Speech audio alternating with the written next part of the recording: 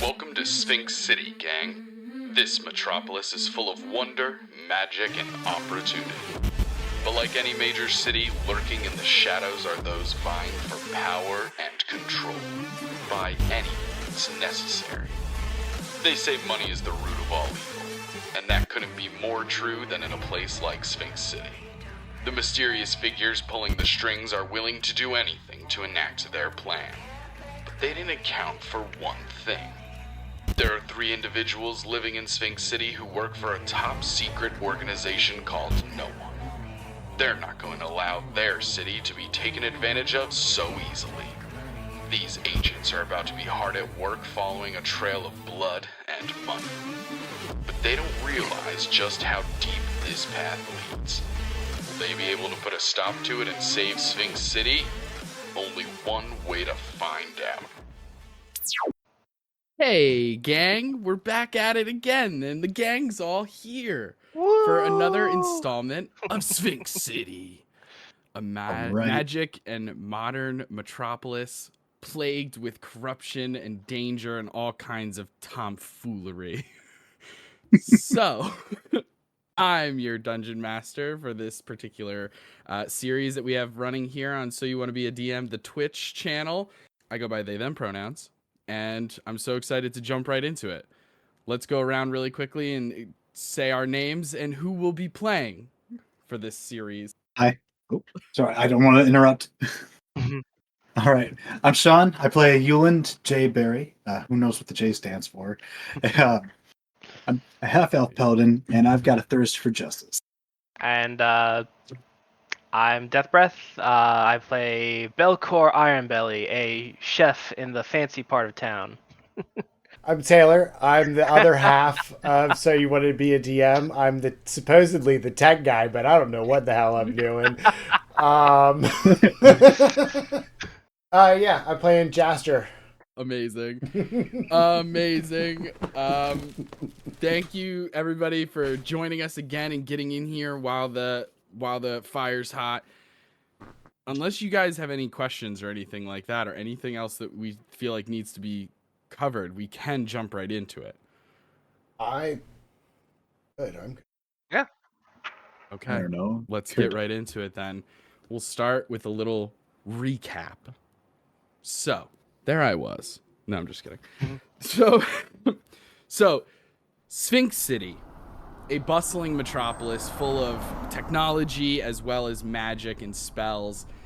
And we know that over the past several weeks, up to possibly like 3 months, a series of abductions have been taking place. Almost 13, 15 people have gone missing. Everybody from Jeb Adewayu to Michael Bublé kidnapped. Michael Bublé, that's the real tragedy, I think. Where are we going to get holiday music from now? Everything about that man is a mystery. Yes. Exactly. They The didn't Sphinx get City Mariah Police Carey Department too, didn't did even they? know. Mariah Carey, she is safe. She is Okay. a treasured icon who will be protected. No offense, Bublé. But we were able to ascertain that the Sphinx City Police Department is really falling short on trying to solve this particular string of crimes.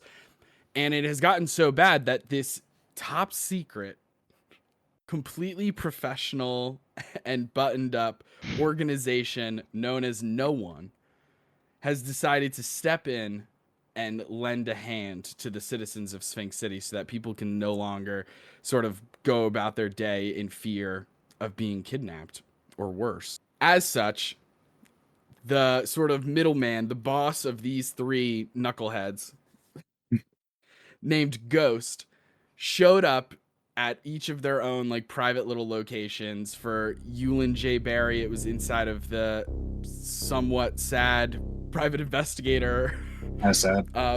bedroom workspace combo kind of thing, red string all over the place.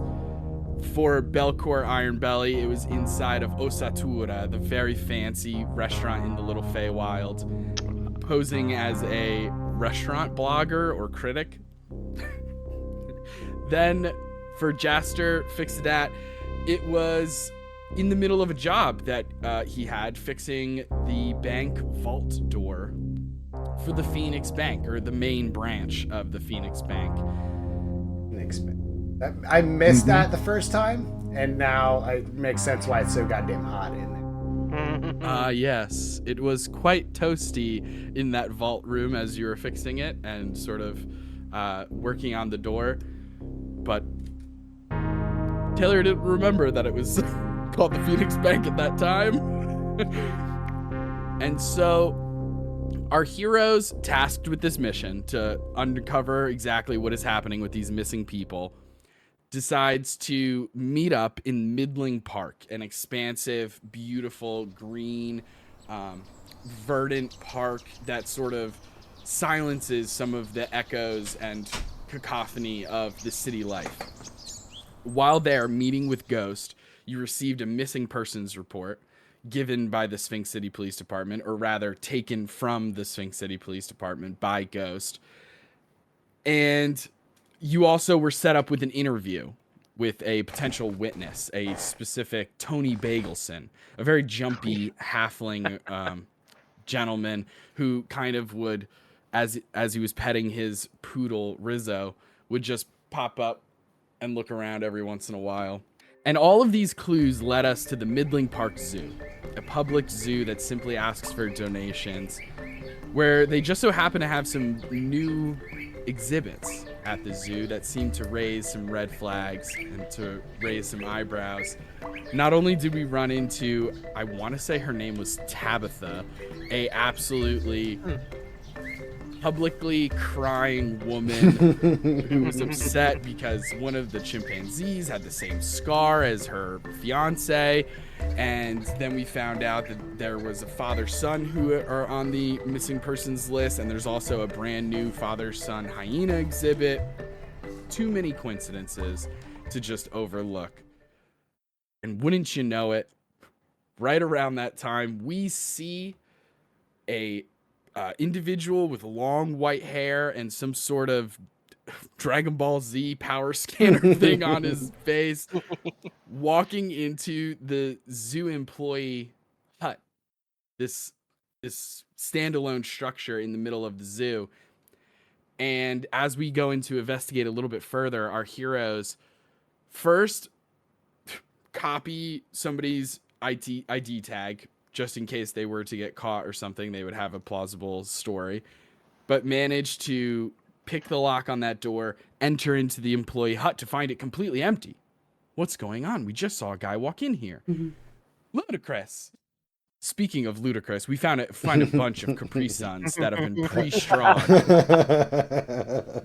It sends the Yulin J. Barry into quite the tizzy as chaos reigns. It's some bullshit. It's some bullshit. Who leaves Capri Suns out like that? Just stab the straw right through. Like, it just makes no sense. Yeah. Right. Not only were they pre-strawed, they were pre-strawed incorrectly. Unacceptable. According to Yulin's code of ethics. Justice will be served. I'll find the guilty party. From there, we find a second room that is connected to this employee break room sort of area. And there's a big red button on the wall that says, "Do not press." Luckily, cooler heads prevail. We absolutely press the button, revealing one of the twin-sized beds begins to raise up on these like hydraulic pistons as it reveals a staircase going down into this strange basement that has flickering lights, and who knows what is waiting for us ahead. And as we creep down the stairs, so quiet, so sneaky, Jaster leading the way rolls not a 1, Not a 1, but a 2 to a total of 6 on their stealth check, alerting this long white-haired scientist at the end of the hallway about to like scan in or punch a code in, or who knows exactly how they get in, but some kind of very high-tech door right in front of them. This person who's about to enter this door and go about their day-to-day sciencey life doing who knows what hears Jaster make a loud noise as they trip at the bottom of the stairs. and turns around, sees Jaster as well as their friends who are kind of like in, halfway up the stairs, all the way up the stairs, and begins taking out a firearm. And it is there that we pick up. And so I need all of you to roll for initiative. Okay. Oh, okay. I did get a 4. We are jumping Did get a 4 with right my into watch. it. Okay. Yes. Not rolling the 1. Not rolling the 1. Hey, 16. 14. 14. Dirty 20, baby. Nice. Okay. Just judging by the look on your face, I was like, this is either really good or it's not good. It's one of those. It could All right, kinda now it go just needs either to way. balance out. First session was all ones. Now it's got to bounce Right, back down. exactly. And now we're going to balance out a little bit. Okay. And as we switch screens here a little bit, getting our map over on Roll20. Parts of this map I have made myself. No big deal. No big I deal. put those stairs there. Nice. I love it. Other parts of the map are supported by different people that Taylor and I follow on Patreon and stuff like that, and we pay their monthly subscription fees and stuff to get access to some of these really cool modern maps, most of which you'll see their names like on the actual map itself, but if not, feel free to reach out and I can let you know where I find these maps. That being said, we have our adventurers at either at or near the bottom of the stairs as this scientist, long white hair, weird Dragon Ball Z scanner thing, turns around wearing a lab coat and begins to brandish a firearm at the very end of this hallway. Behind him now is a very intense looking door, like steel reinforced. There's some sort of small computer device that's like set into the door that has a glowing red light that it gives off. And we start with Belcor. You were the first to kick us off. Alrighty. Okay. Some tabs around here. Ah, the joys of having 2 screens. Alrighty. I think. Oof. Wait. Go.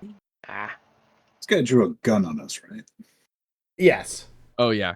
100%. He's already pulling mad. a gun out. Okay. Yeah. So I'm gonna move right there. And yeah, I Okay. can't even do anything else. All right. You're I have no using range. your movement to get there. You can ready an action. Okay. Yeah, I'll ready my cleaver. Okay. All right. Sounds good. So you rush forward, brandishing your meat cleaver, holding it at the ready.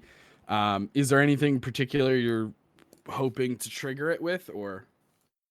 I guess if he, I doubt he's gonna get any closer because of the he has a gun.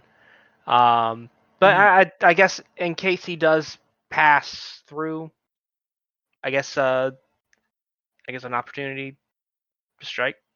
Yeah, absolutely. Yeah, if a scientist gets within striking range, absolutely.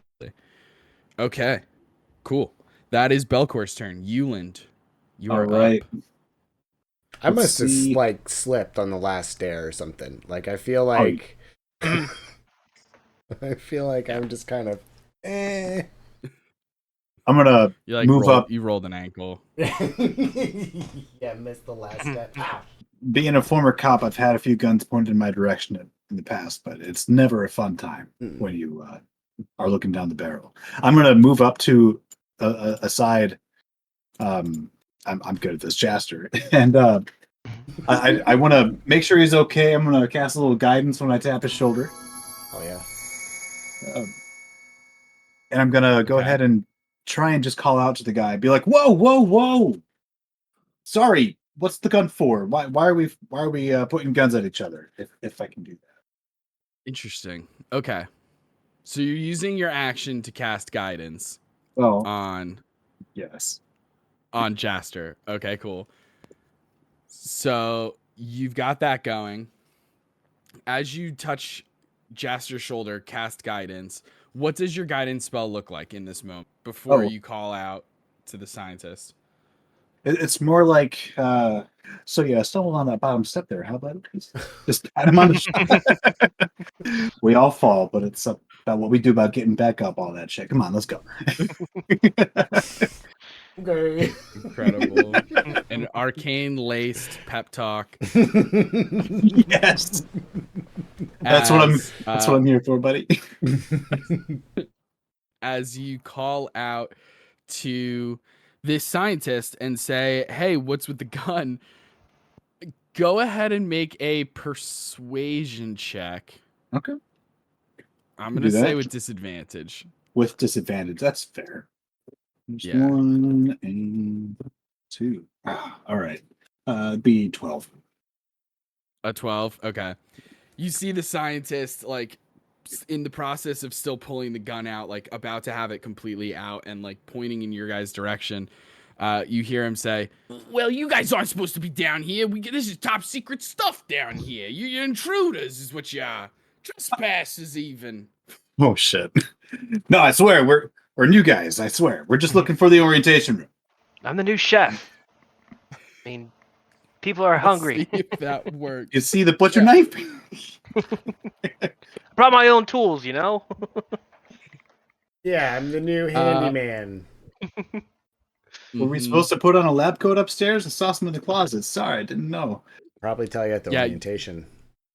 You Yeah. you don't think that it's working, Euland. You think that this guy is pretty savvy.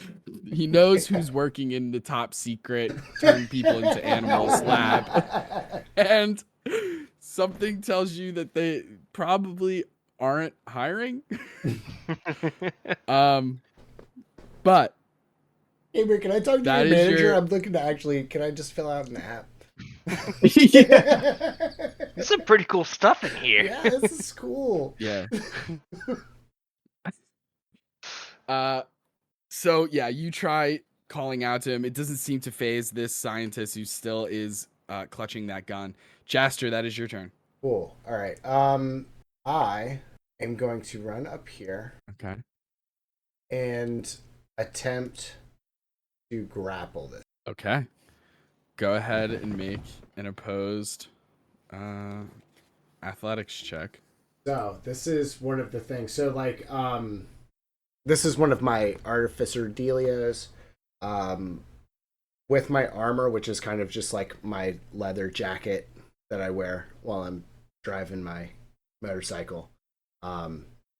There's like a patch, like a big long patch. I don't know, but it kind of glows a little bit, and it actually allows me to add my intelligence or strength check. Very cool.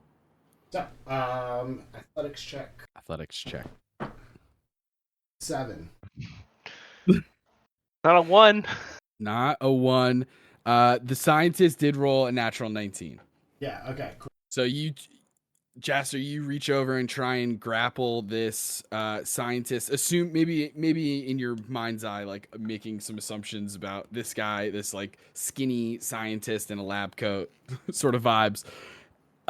He weasels out of it really easily. All right.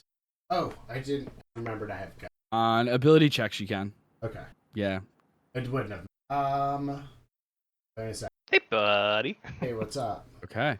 All right. There we go. Well, I tried to pull him to you so I could get your reaction to trigger, but it didn't. that was the plan, was to grab him and pull him in. yeah. Well, luckily, as it is now the scientist's turn, and you've sort of disengaged, you've moved back down the hallway. This scientist has his gun, is prepared to fire as a door in the hallway right by Belcourt opens up and another scientist Oh god, those are doors. exits a Yeah. room Yeah. and enters the hallway. Belcourt, if you would like, you have a ready to action to hit a scientist when they come close. Let's go. Yeah. All right. Billy Club right to the back of the. meat All right. cleaver. So, yeah, It's worse. It's way worse. it's a whole lot Attack on worse. Titan comes to mind. It's way Oh, worse. Shing! Okay, so because I prepared the attack, I still have to roll the 20, correct? Or D20, right? Yeah. Okay. Yeah, Just the make an attack roll. attack. Yeah. 26! Whew, nasty. 26 will hit. Thank God. We're level 3. I would imagine you guys how different this campaign would be. Well, 10 damage. Nice. Hey. 10 damage. Can't turn it off now! I see Yeah, red! this guy comes out of the hallway. What's going on out here? Immediately gets slashed with a meat cleaver. Oh my god! My goodness! He is going to. The other scientist looks at him and says, you gotta call the doc. Call the doc. Tell him there's intruders. And this guy is going to use his action to disengage and goes inside the other room. Ew. Jeez. All right. Hi and bye. Hello, goodbye. That is his turn. This guy is going to fire on Belcor, who just slashed his friend. That's a 10, which I believe misses. Nope. You see, he's like, this scientist is giving off vibes of like not necessarily combat hardened, but willing to do intense violent shit if need be, but doesn't necessarily have the life experience behind it. So is like willing to pull out a gun and shoot at you. Green. Misses completely down a fairly narrow hallway. Some would say an easy shot. Getting Not some me, Austin but some Powers would say stop vibes. No! it's a lot of that. He fires down the hallway. It whizzes past you, Belcor, and sort of hits the staircase next to Euland a little bit as this second scientist who popped out of nowhere has run into another room. Has sort of like loosely, you know that the door's not closed for the sake of action economy, like didn't have time to lock the door, but he did close the door behind him, but that's just like an object interaction, super fast kind of thing. But that is these two scientists' turn. All right. Belcor, you are back up. All right, now that I know that those are doors instead of like freaking pressure plate things, I am going to move here and roll for attack. Go for it. There it is. Nat 20, baby! There it is. Let's go. This guy. There we go. Already. That's what we love to see. That's what we're all here for. Minimum I just knowledge. remembered. All ones on damage. What? I keep forgetting I have freaking improved critical. I just said that earlier. Oh, the 19. The Did 19! you get 19 on the first one? Yeah! Oh well. Well, Okay. now we know. That scientist is Now let's see if I remember. But yeah. Alright, cool. So, it's been a while since I've hit a crit before. So, Double the dice. is it double the dice? Yep. Yeah. Alright, so that's. And then plus the modifier. Modifier Still stays the same, yeah. Gotcha. Okay. 15 damage. Woo! Nice. 15 damage. Let's go. Damn. Yeah, this scientist goes from absolutely full health to if you breathe on him wrong, he will perish. He will no longer exist. And so, as such, Or I could just use a bonus action. Action surge. it's up to you. I'm You not gonna do guys just entered the lab. Yeah. But you're just rushing towards this scientist holding a gun with a meat cleaver and just swing out at him. I mean, shoot. Huge gash. No, literally, shoot. Insane. Okay. And Belcor, you're staying there? Yes. Okay.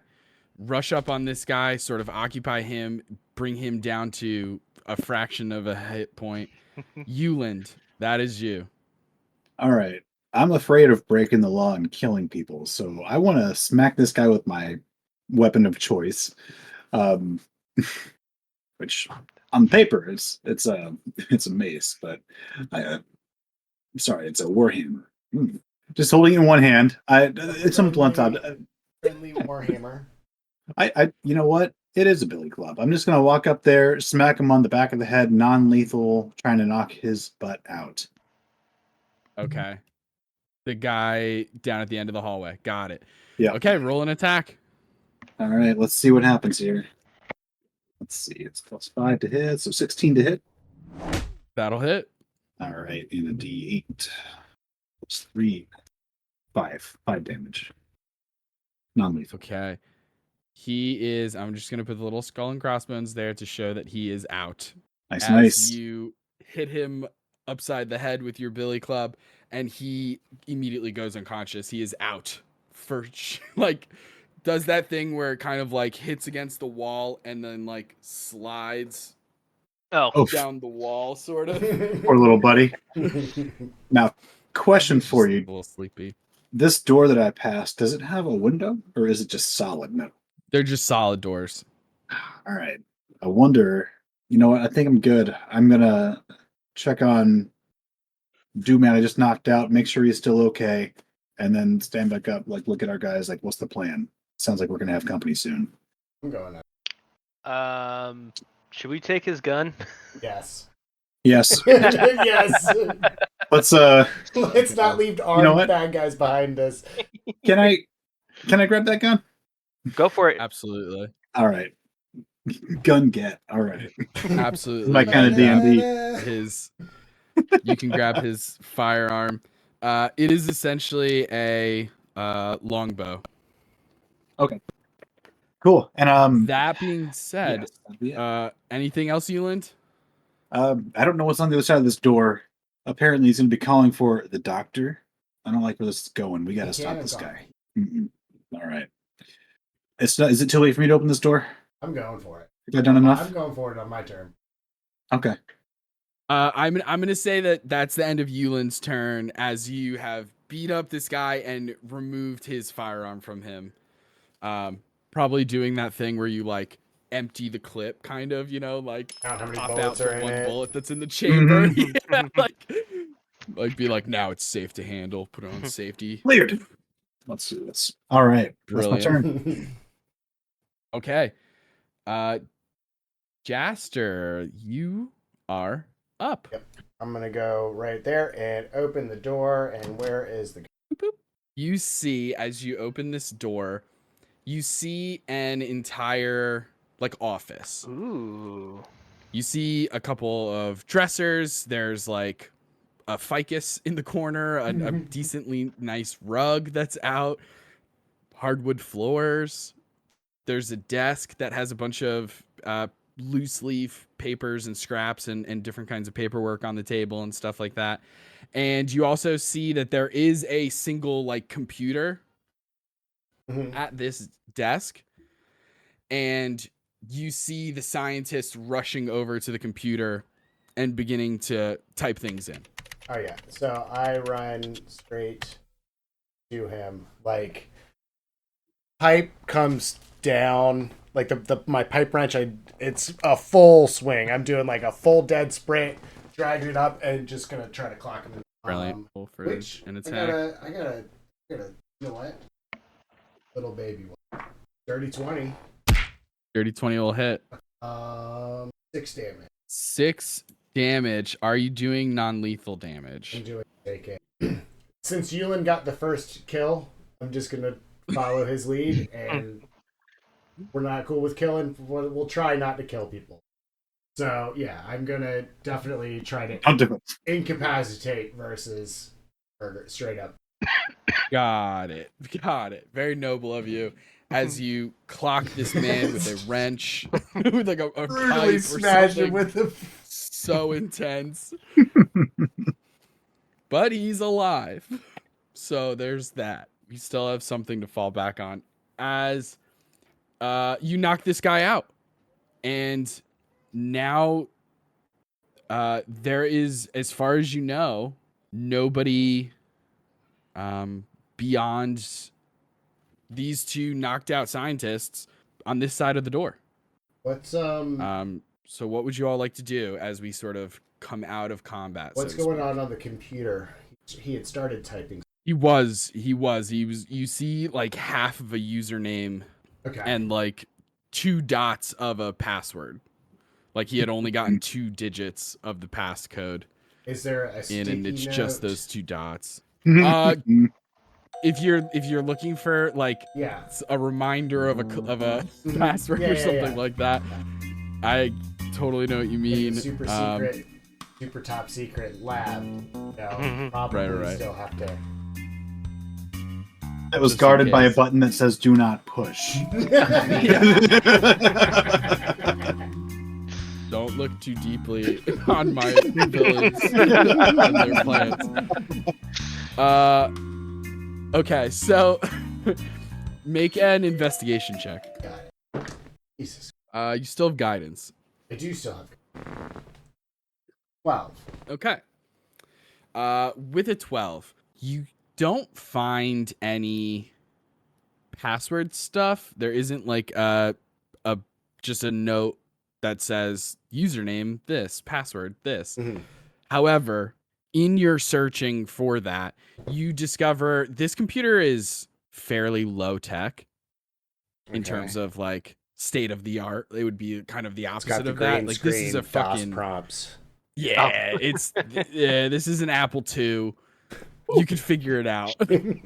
Like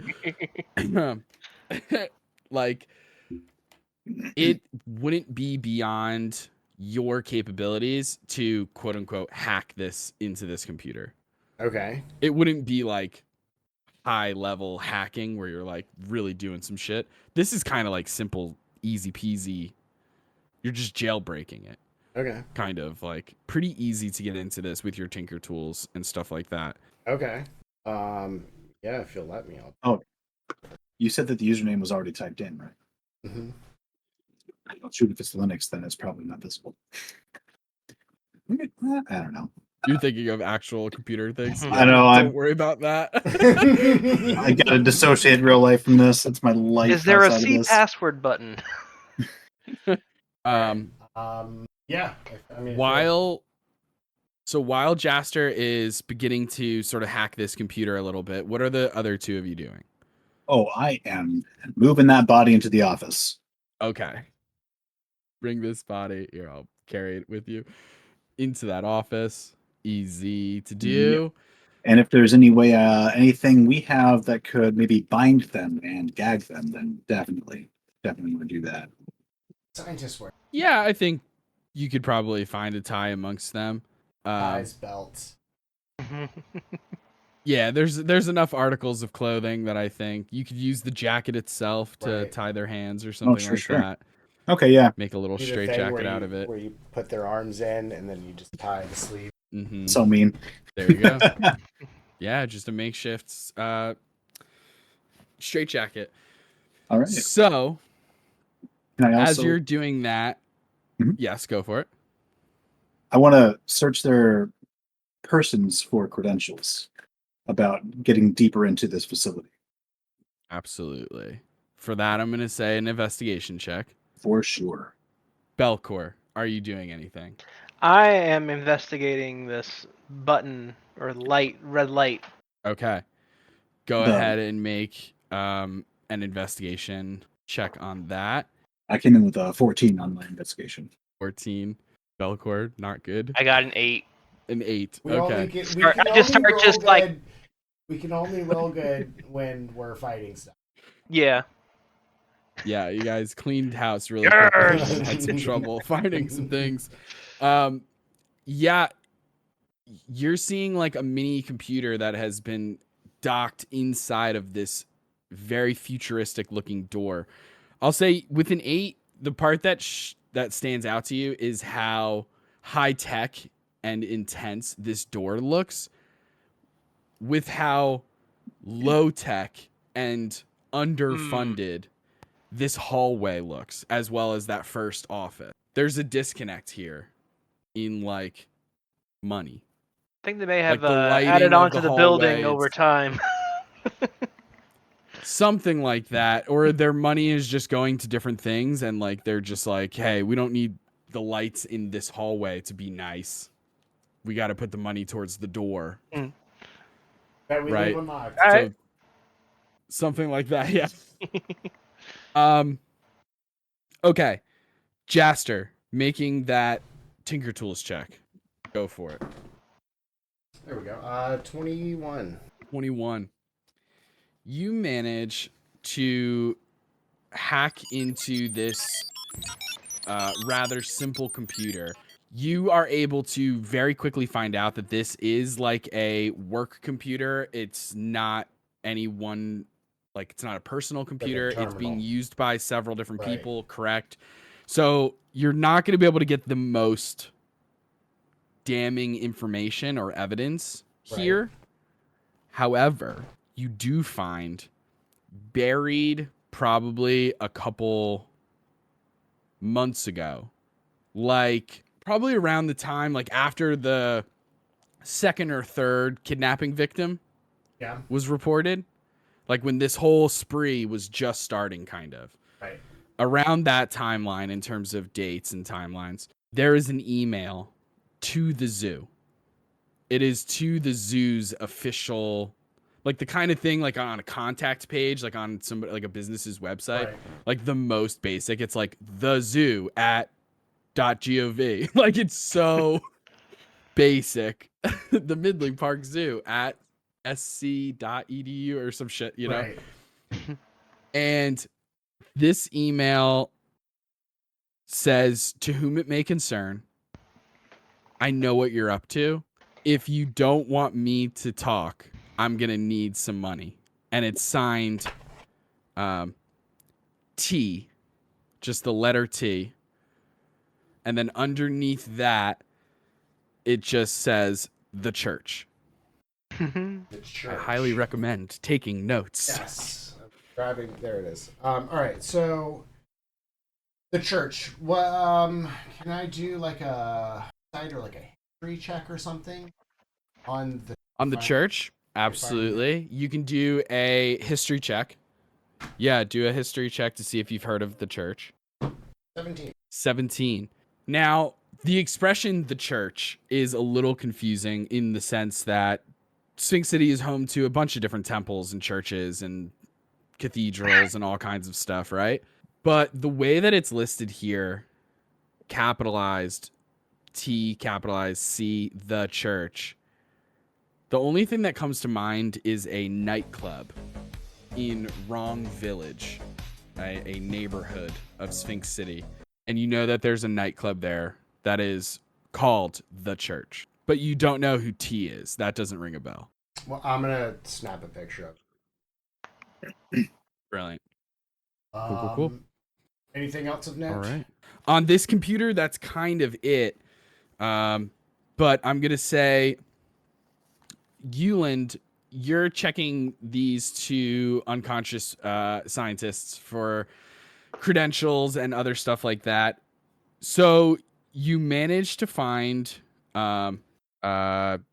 like some ammo and stuff like that. You also find both of them have like lanyards that have employee ID cards that seem to have some sort of electronic, what's it called? Identification, near field communication, NFC? Possibly.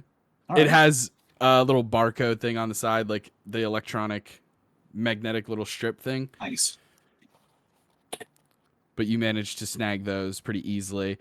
While you're there, you also see that there is a piece of scrap paper hanging out from beneath the desk. Oh. Like Okay. It seems like it got caught under there or something like that. I just That's shove kinda that in hanging and out. forget about it. I'm going to grab it and see what's up. Okay. You find it's pretty distressed and like crumpled. It has a little bit of wear and tear to some of the ink that's on this piece of paper, very thin.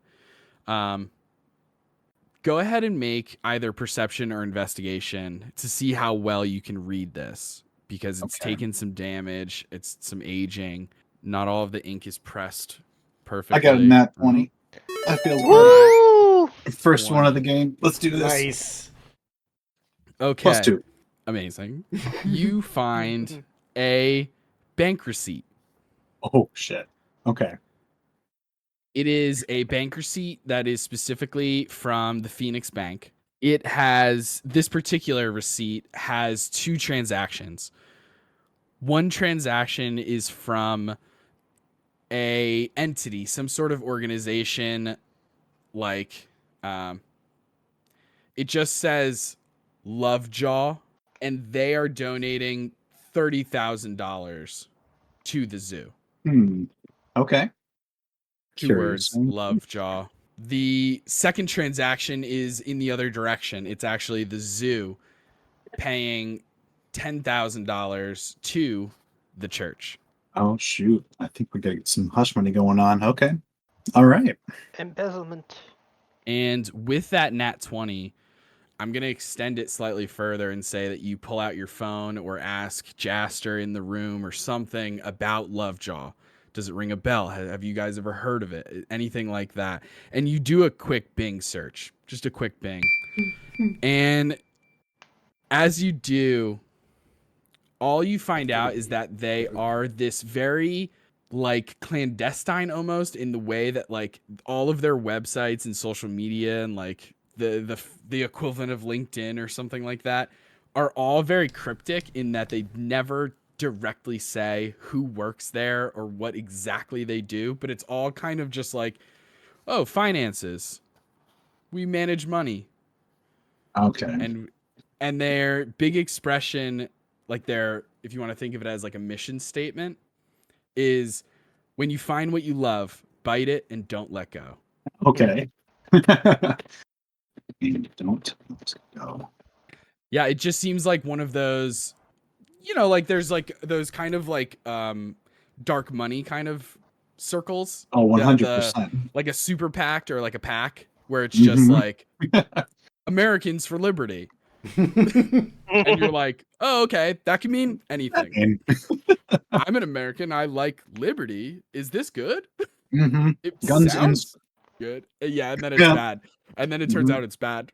Just terrible. But anyway, Not gonna go there. it's giving that vibe. All right. Very astro. It's giving astroturf. Oh, jeez. All right. I definitely share this with my collaborators, my cohorts. Hell yeah. Cool. There's some shit going on. We're going clubbing, boys. Yeah, I think so. Find out who this T character is. Could I look at this store here? Not sure if you can see the ping on. Yes. Cool. Absolutely. It's unlocked. Oh, cool. I'll just mosey on in. Okay. You Because mosey I on has in. curiosity. You mosey on in and find yourself sort of a locker room. Excuse me, like a changing area. You see 2 long wooden benches, a tile floor, and along the whole back wall is just a bunch of lockers and cubbies and stuff like that. Cool. Can I attempt to open any, if not all, lockers? Yeah, absolutely. Some of them are locked, but you can find lots of... Some of them are unlocked, and you can easily open them. There are, let's say, 4 of them that are locked. If only there was a locksmith with us.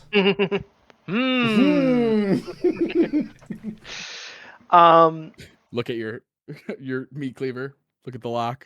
Your meat cleaver. I pulled out my meat cleaver. Oh shit. Yeah. All right. All right. So how many unlocked again? I'm sorry. I mean, all of them are unlocked except for 4. Some are just straight up empty. Like you open a couple of them and they're just empty. Mm. They are. You notice that 2 of them, 2 of them have like lab coats inside. They have just like normal. There's like a pair of goggles, like just plasticky kind of goggles that would go over glasses or over your eyes. Little testing research goggle things. Gotcha. Yeah, just, you know, protective eyewear. And then there are 4 of them that are locked. Well, They seem to have like little padlocks on them. Mr. Locksmith. I reach back into my backpack and I pull out my picks. Well, actually, these are like probably just regular, just like the little dial combo ones, right? Mm-hmm. So, Mm-hmm. I mean, in reality, all I really need is a little rubber mallet. You can kind of just put a little pressure on it and smack it on the side, and it just drops. Yeah. So I can roll for it if you want. I would like if you Sure, roll for yeah. it, please. Absolutely. Nice try. Just try. Bringing your real world lockpicking That means rationale. advantage, right? It's a very low DC to open these. Hey, it's a 19 on the die, so 23. There you go.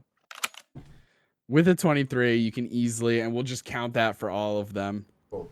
You can easily get these simple locks open on these lockers. And inside, you don't find a ton. I mean, I'll say you find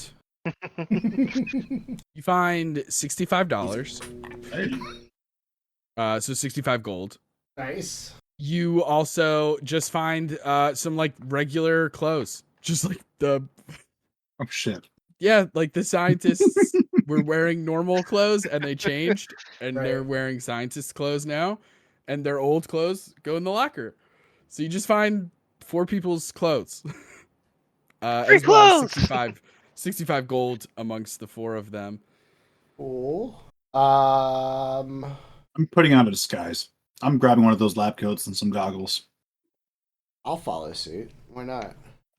Right. What's to be lost from this? I'll say Right. that I have I'm an A positive blood type. We go. Oh, you could pretend to be knocked out. That's true. I think they're gonna know as soon as they see us that the jig. Well, I think see, the jig's gonna be downside up is immediately. I've got a -1 to charisma. Oof. So might as well just knock me out for real. Just to be safe. Let's not risk this. I've um, got a play club. no, let's just we'll call that Plan B now. All right. But I'm not against not against at least a little bit of surprise, but it's really going to be, I can't imagine they're going to be thrown off too much by that. We'll say that I'm part of the union. Jeez. the top This secret place henchman definitely union. has a union. Right, yeah, this is I mean- definitely a union job. I mean, where else do Go they ahead. find these people? There's a website here. There's a website, yeah. Okay. Go ahead and let me have everybody make perception checks. Sure. Not 20. Hey, nice. Oh, brilliant. 5. 8 and 5. Euland and Belcor, you're busy discussing how to potentially knock out Belcor the easiest and the way that will be able to reverse knock him out when the time comes and be able to call upon him in that moment of need. While that's happening, Jaster, you're thinking back to how when you were in the employee hut, you checked for cameras. Mm-hmm. And you all came to the conclusion they probably won't have cameras down there because why would they want to videotape themselves committing crimes? But you also know that sometimes security cameras are on like closed loop feeds and they just over record. And sometimes it's less of like having video footage of us doing the bad thing and more just like we just want a camera facing one of the doors to be able to see what's going on out there behind this super locked door. And sure enough, you find a security camera in the office that now has 2 bodies tied up. And right. Cool. All right. So they definitely know we're coming. I Well, come back in and I tell them. we'll say that they are the intruders. Just throw them in the locker real quick. We work here. We got lab coats. Where do you know? They've got lab We've coats got too. lab coats. Oh man. So funny. All right. It's Insane. yeah, I don't know. I think this other they got it now. They've got it now at this. Okay.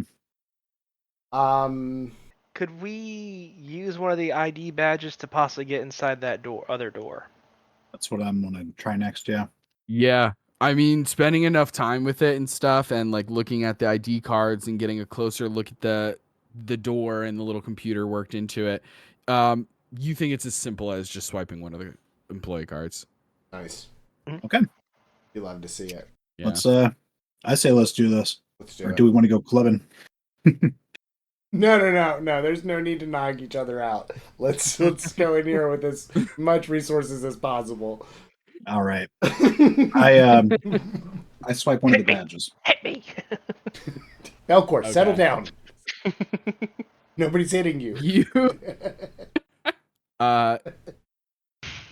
You as soon as you swipe the card, you hear the metal pistons and the sides of this door like releasing and all of the sort of built up pressure being released as this door becomes unlocked, and all you'll need to do is simply turn the handle and push it open, and Right. it will open.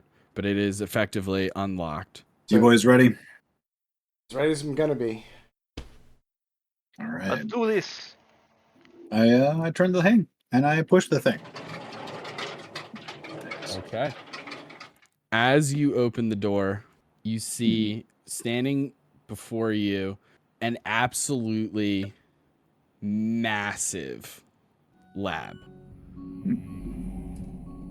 It seems like all of the funding that didn't go into that first initial hallway went here. As you see multiple computers, you see generators of like with glowing bluish white light at the top. You see tanks of water with strange specimens held inside of them.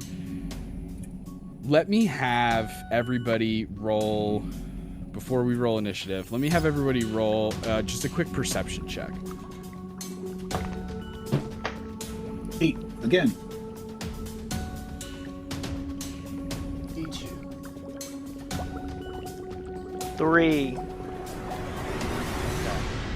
Just wait until we're in combat. Nice. We'll roll high then. Oh, that's true. Yeah. Just save it. As you open the door and the three of you are all there looking into this massive lab with raised platforms on either side, Belcor and Euland, you are amazed at just how high-tech this looks. It looks like it's out of a sci-fi movie with all these crazy like pipes moving everywhere and tubing and just incredible like spinning generators of power and stuff like that. For example, if you look at the map, these things, hold on, I have to click a different button so that they will, so on the right side of the map you'll see these things. Mhm. Those are like generators.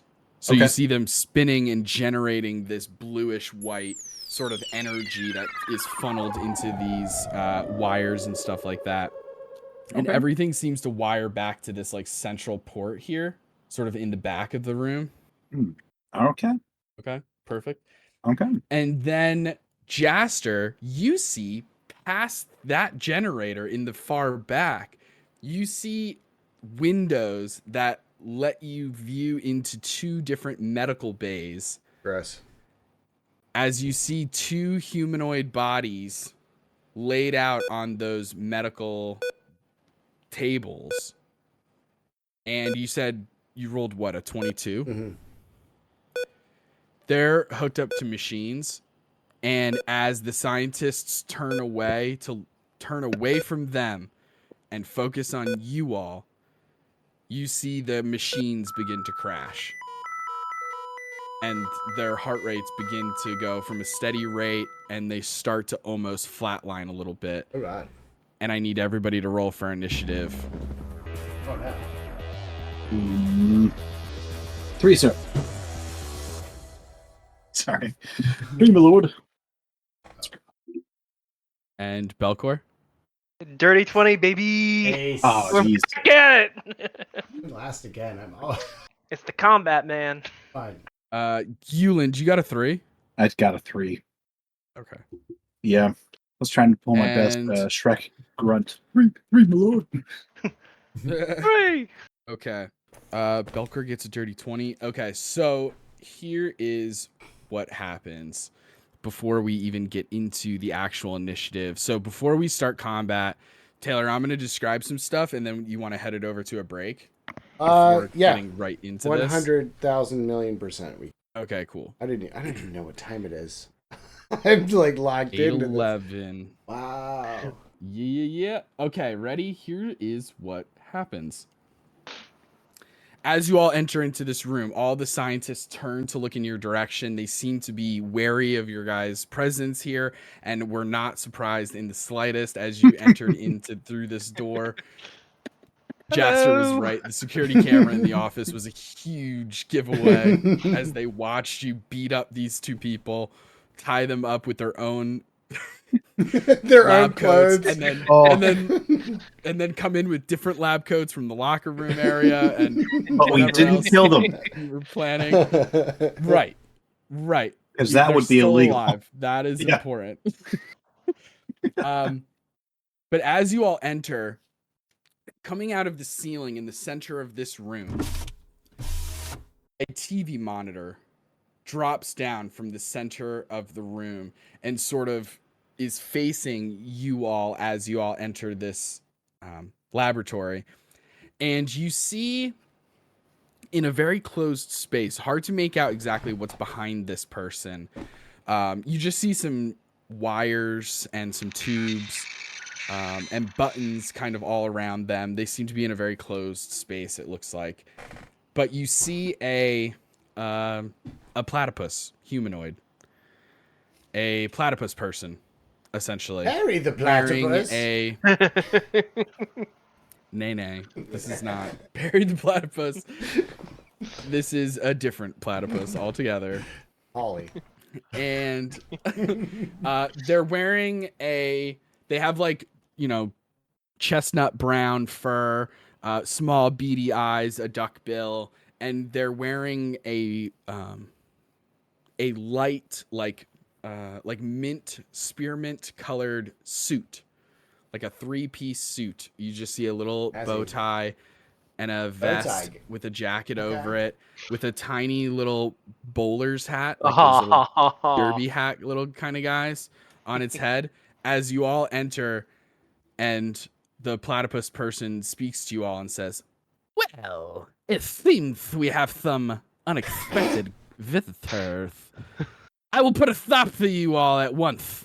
Beware, my secret ray." And as he says that, a massive ray gun drops down from the ceiling and connects to that generator in the back of the lab. As it connects to that generator in the back of the lab, it sprays the entire laboratory with a purplish pink ray of energy, hitting everybody, including yourselves. I need everybody to roll Constitution saving throws. Okay. I use a different die and everything. We have a 16 from Jaster, a 5 from Euland. Okay. That's a 13 from me. A 13. Okay, cool. Euland, what did you roll on the dice? A 3. A 3 on the dice. Okay. All right. What you all see happen is this. Incredible. That happened to one of us. Push Belcourt a little bit. And what? No. I'm just moving you around a little bit to make room for Jaster's new get up here. Wait, you mean Euland? Oh, Euland. Euland, yeah. Okay. I was moving Belcourt up and moving Jaster back and stuff like that. So you all see 2 out of 4 of the scientists turn into animals, as their spoilers or trigger warning if you're not into snakes or bears. Heads up, there's about to be snakes and bears. Snakes and bears. But as both of these scientists transform, their bodies like tearing apart, you just hear them screaming in agony as their clothes get shredded away and they morph into a absolutely massive snake and a large black bear. I'd hate to be the Yuland, Oh I no. need you to roll a D100 for me. Oh Okay. no. Got 52. 52. Roger. That we're at a 52. Goodness gracious. I literally had the DC set so low so that this wouldn't happen. And here we are, baby. You're welcome, guys. I'm sorry. Okay. You all watch as Yulin. I'm actually just gonna keep your token the same, just to make it a little easier. You guys all see as Yulin turns into a gorilla, an ape, massive, beating his chest as he is ready to get some justice. Wait. With his big meaty paws. And with that, I think we should go to break. All right, we'll do that. All right. We'll say approximately 10 minutes, probably less. Approximately 10 minutes, maybe less. All right. Sounds good to me. Cool. Hey, gang. I'm Justin. And I'm Taylor. We're co-hosts of the So You Want to Be a Dungeon Master podcast. We're two neurodivergent friends who wanted to talk about D&D and tabletop games. But more specifically, we wanted to focus on being a dungeon master.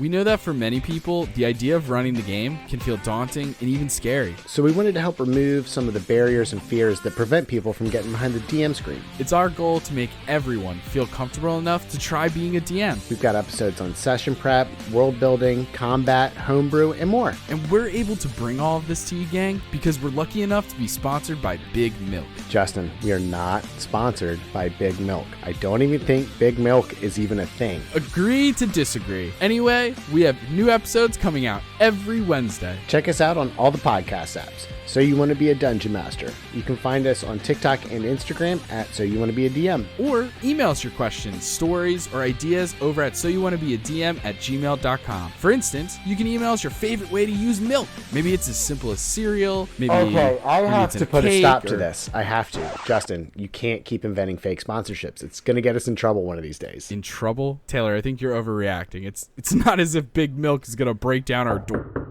Justin, is there someone at your door? Yeah, just give me a second. Hello? Are you Justin? Yeah? Who are you? We're the dairy detectives sent by Big Milk. You're coming with us. Hey, get off of me! You can't do this! Okay, well, that was terrifying. So You Want to Be a Dungeon Master, everywhere you find podcasts. Check us out. And we're back. The gang's all here. We left off as our heroes entered deeper into the laboratory of some mysterious duck-billed gentleman as a strange cannon has come down from the ceiling connected to the large generator that all these other generators are giving power to, as it sprays a beam of pink energy across the entire lab and even into the hallway a little bit. Luckily, most of our heroes were able to shrug off the effects of this powerful arcane ray. Unfortunately, one Yulin J. Barry does succumb to the polymorphic capabilities of this ray gun as they transform. I'm going to throw it to you, Yulin. Describe to us how Yulin's transformation into a gorilla looks. All right. So Euland is already a sort of a sad-looking guy. He's been through the ringer. Honestly, the worst part about this is my trench coat gets torn to shreds. Right, like I bulk out. My forehead gets a little bit bigger. My posture gets a little bit weirder. I'm screaming the entire time because none of this is pleasant. It's absolutely awful. I do a little writhing on the floor, and by the end of it, I stand up, I look around, I look at my teammates, and I'm just... I don't know what to do. I'm 8 now. One of these. Get him. I don't know. Yeah, get him. I just look over at the giant bear and the giant snake. I just beat my chest a little bit. It's on. Let's do this. incredible. The screaming. Sorry about that. I couldn't help it. It was weird. I was screaming a little bit too. It's a horrific sight to behold as you see two of the scientists also undergo these crazy transformations, as well as noticing, at least Jaster is the only one who has noticed maybe thus far, that in addition to these generators and this ray gun that has dropped down from the ceiling are two random individuals who are in need of help pretty quickly, as they are on medical tables all the way in the back of the lab, and as their EKG machines begin flatlining slowly. And with all of that, I need Belcor. You are up first, my friend, once again. Alrighty. So I'm actually like right here, aren't I? Boop boop. Okay. Yeah. So I would assume like over here are like stairs, or could I just jump down and land here or something? So the way it works is I've finagled this map slightly, and you're gonna enter on top of this thing essentially. So Gotcha. Okay. classic little DM switcheroo. Pretend like that little guy isn't there. Alrighty. You know it. You love it. Just ignore. Improv on the fly. Just We're on the fly. We're ignore doing it live. We're doing it live. That thing actually that's on the map. It's not on the map. It's not there actually. I think I'll go right here and prepare an attack. Okay. All right. Fantastic. You rush in, head off to the left towards one set of stairs, knowing that there's a black bear at the top of those stairs, and pull out your meat cleaver ready to go. Or probably never put it away, but I'm gonna make some bear sausage out of this one. The bear sausage. Oh no, Whoa. the bear sausage. That's the callback of all callbacks. Yep. Wow. Y'all weren't there. Yeah.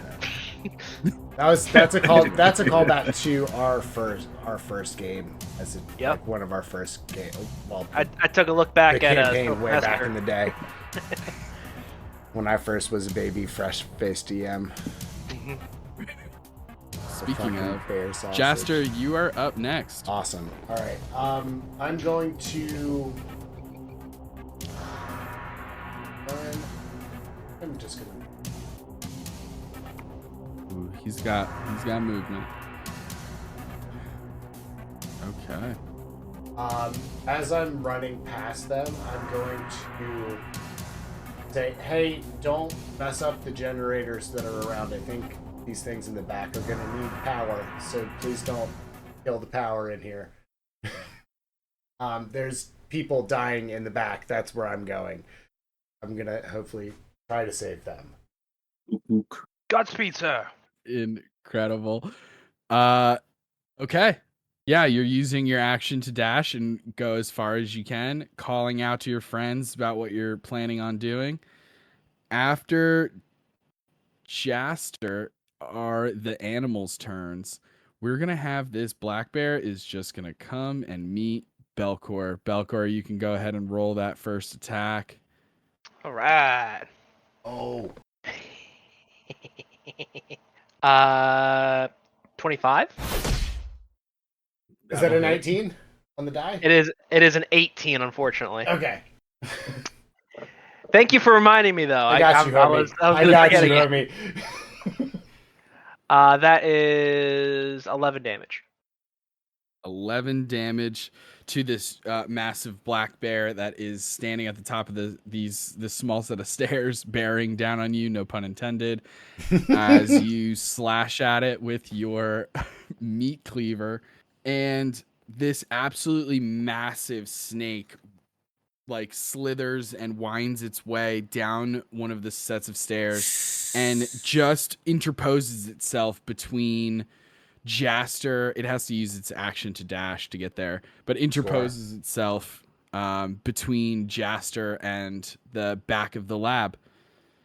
After the animals... Oh, wait. The black bear is also going to take an attack. I forgot. Okay. Bum, bum, bum. That is a 13 to hit Belcor. And what about less than that? So, Extra. what about less than a 13? Weirdly, a 9 does hit. Enough. This bear Oh. strikes a claw attack at you, completely missing, and then tries to bite your neck, also missing. You manage to kind of jab your meat cleaver in between its teeth, sort of like a floss pick, and stop it in that moment. And now it is the scientist's turn. One is going to 5, 10. Other one will. They both have firearms. Also, you see these guys are loaded. One is going to shoot at Jaster. One is going to shoot at Belcor. Okay. I know that one misses Belcor because I've already missed him so many times. Insane that I cannot roll double digits on the dice with Belcor. But that is a 21 to hit Jaster, unfortunately. Whoa! So that it's is so close, man. It's one more level, and I get shielded. Then no. But go ahead. That's fine with me. It is going to be 5 piercing damage as a bullet grazes your arm, and you feel the burning sensation of hot metal passing through your skin. And that is the scientist's turn. Euland, my ape friend, that is you. Let's do this. All right, so am I occupying a 5 square foot space? All good. Okay. Yeah. Cool. Let's go ahead and multi-attack this big old bear. Do that. As an ape, I can't jump and get around him, so let's do this. Yeah. That's wild. All right. You gained multi-attack. Yes. 13 to hit for the first one. 13 hits. And more than that for the second. More than that hits. All right. It's going to be 2d6 plus 3 each. Bludgeoning. So one is 9 damage. Bludgeoning, and the other is 5 damage. 14 total. Nice. Oh, wow. Okay. Incredible. You see, as you just punch this bear. That's what you do. It's kind of what you're doing. You're just fist fighting a bear. And the age-old question of who would win, a black bear or a gorilla. As the two trade blows, we see that in this circumstance, the ape seems to win as the bear is knocked out. Was Belcor, or excuse me, not Belcor, was Euland the ape using non-lethal damage? Oh, you know what?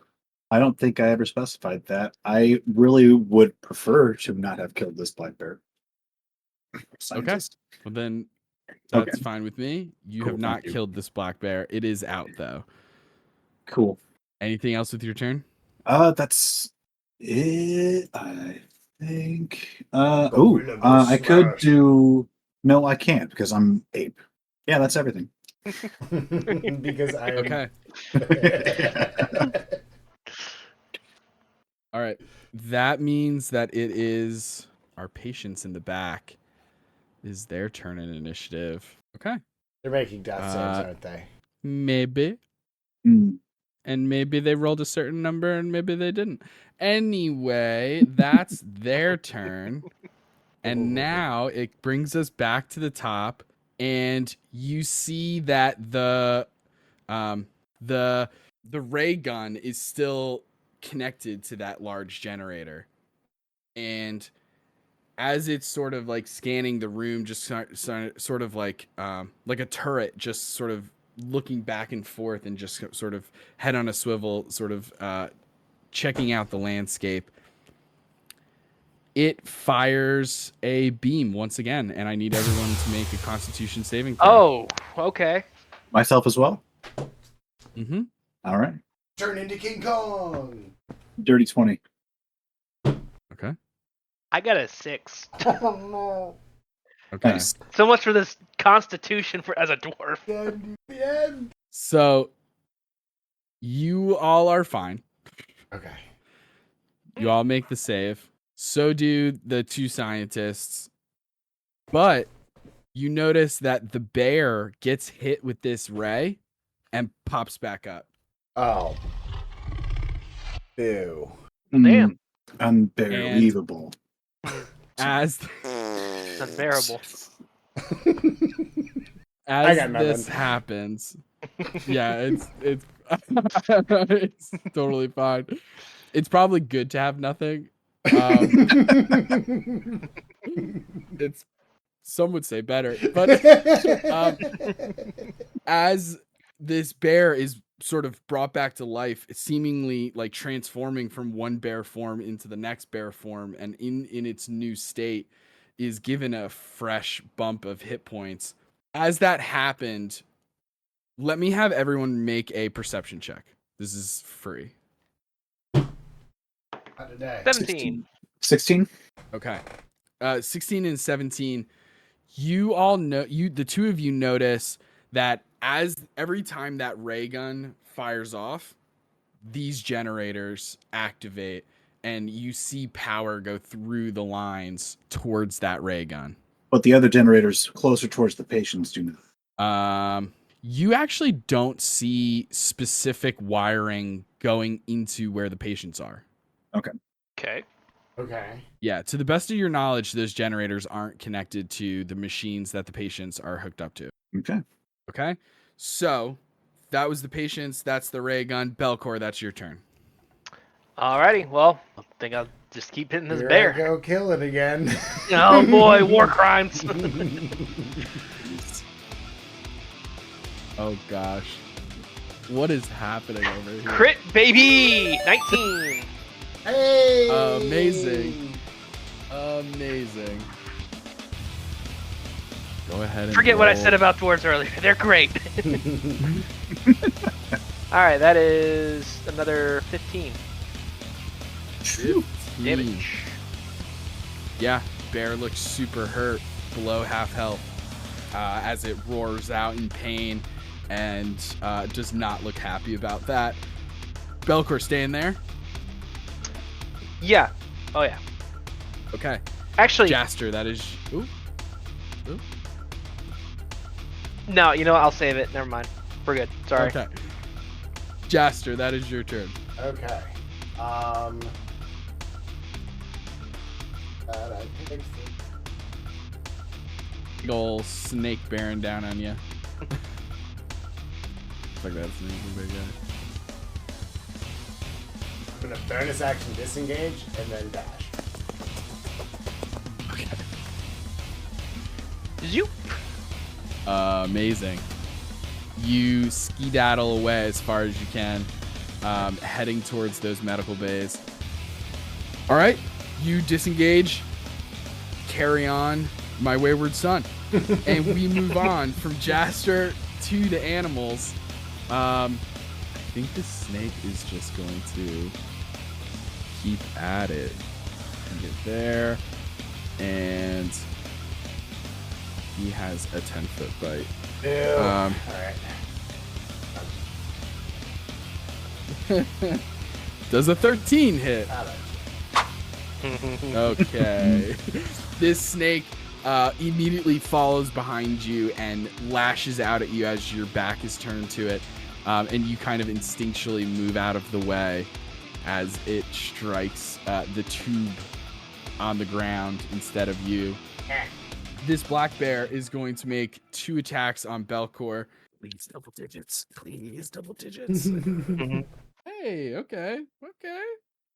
2 attacks. The lowest is a 17. Whoa. Yeah, that hits. Okay. Oh, not nice. We are looking at... Bad. The bite attack does 7 points of damage.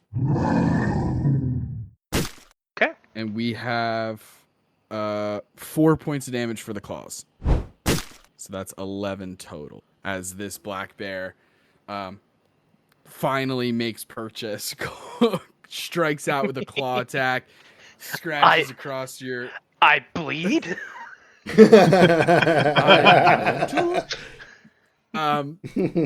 As it bites at you and like latches onto your arm for a moment before like ripping some flesh and stuff.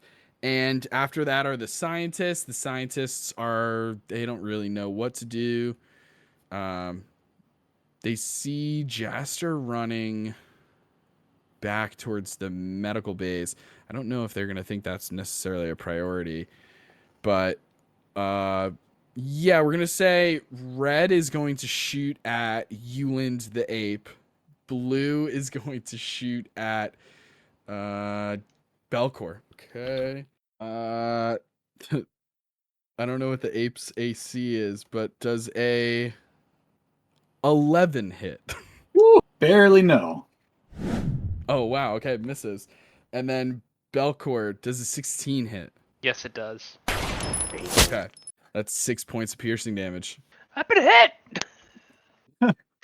These two scientists are just picking shots, and no one seems to be going after them at this moment, so they kind of have free reign to just kind of do what they want. He'll move back a little bit. This one will also move back a little bit. Okay, that is the scientist's turn. Euland the ape, it is your go. I'm gonna kill this guy. I don't see any other way out of this. I'm gonna attack him and see if do I have to say multi-attack? The way multi-attack works, can I attack him once and then decide to attack again? Okay. Mm-hmm. Yeah, absolutely. Okay. So yeah, that's a +5. 11 to hit. 11 hits. Hell yeah. All right, d6 +3 bludgeoning. So a 4. Okay. He's not down. Still up. All right. Nope. 18 to hit. That'll hit. And I'm sorry, I really don't want to do this, but it's in this situation, us or them, and well, hey, all right, 8 damage. Describe to us how Euland the ape brings down this bear for good. Just 2 big old ape hammer fists right onto this poor bear's skull. Hard enough to just completely collapse it. Yes. Feels really bad. I love it. A very remorseful. I I read it loud and clear. thought it was the jungle out there in the somber- city. Oh. A chest beat of lament. Mhm. You hate to see Sorry, it, buddy. but Sorry, buddy. it did happen. You still have your movement. You didn't have to use Yes. any movement, so you can still move around. I got a whopping 30 movement as ape boy. There. I can count. All right. Yeah, I think that'll do it for me. Okay. After your turn, the patient's Jaster, you see that the patient that you're closer to, just by pure luck, it happens to be the one that you are closer to. You see their body begin to convulse slightly, as it seems like they're not doing well. Okay. But that is their turn. It goes back to the top at the ray gun. The ray gun is going to fire another pink beam of energy. I'm going to say for intents and purposes, it cannot heal the bear because the bear is no more and the snake has not taken any damage. But you do see once again that the generators around the room are powering this ray gun as it seeks to regenerate the healing of these polymorphed creations. With that being said, Ewan, have you taken any damage? I had some damage before this, but no, not in this fight. Not in the ape form. Okay, cool. Brilliant. So then Belcor, Wait. that is your turn. What? Does that mean that he heal him too? He's still in the ape form? It would if his ape form has taken damage, Okay. which it hasn't. Interesting. All right. So Belcor, that is your turn. 2 scientists and a snake. I think I'm going to.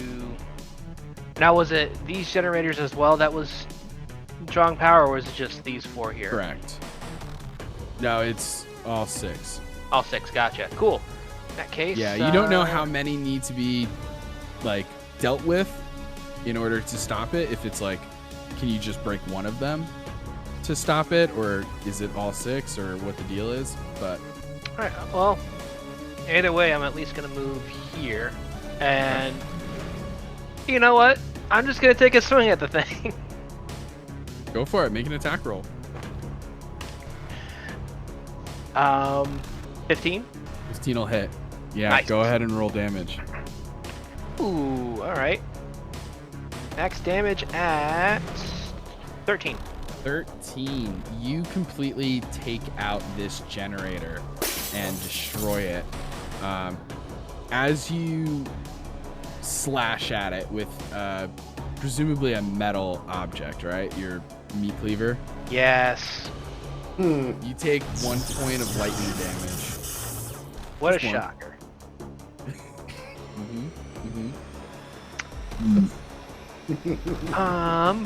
You know, when someone else says it, it's not that funny. I'm kidding. I love it.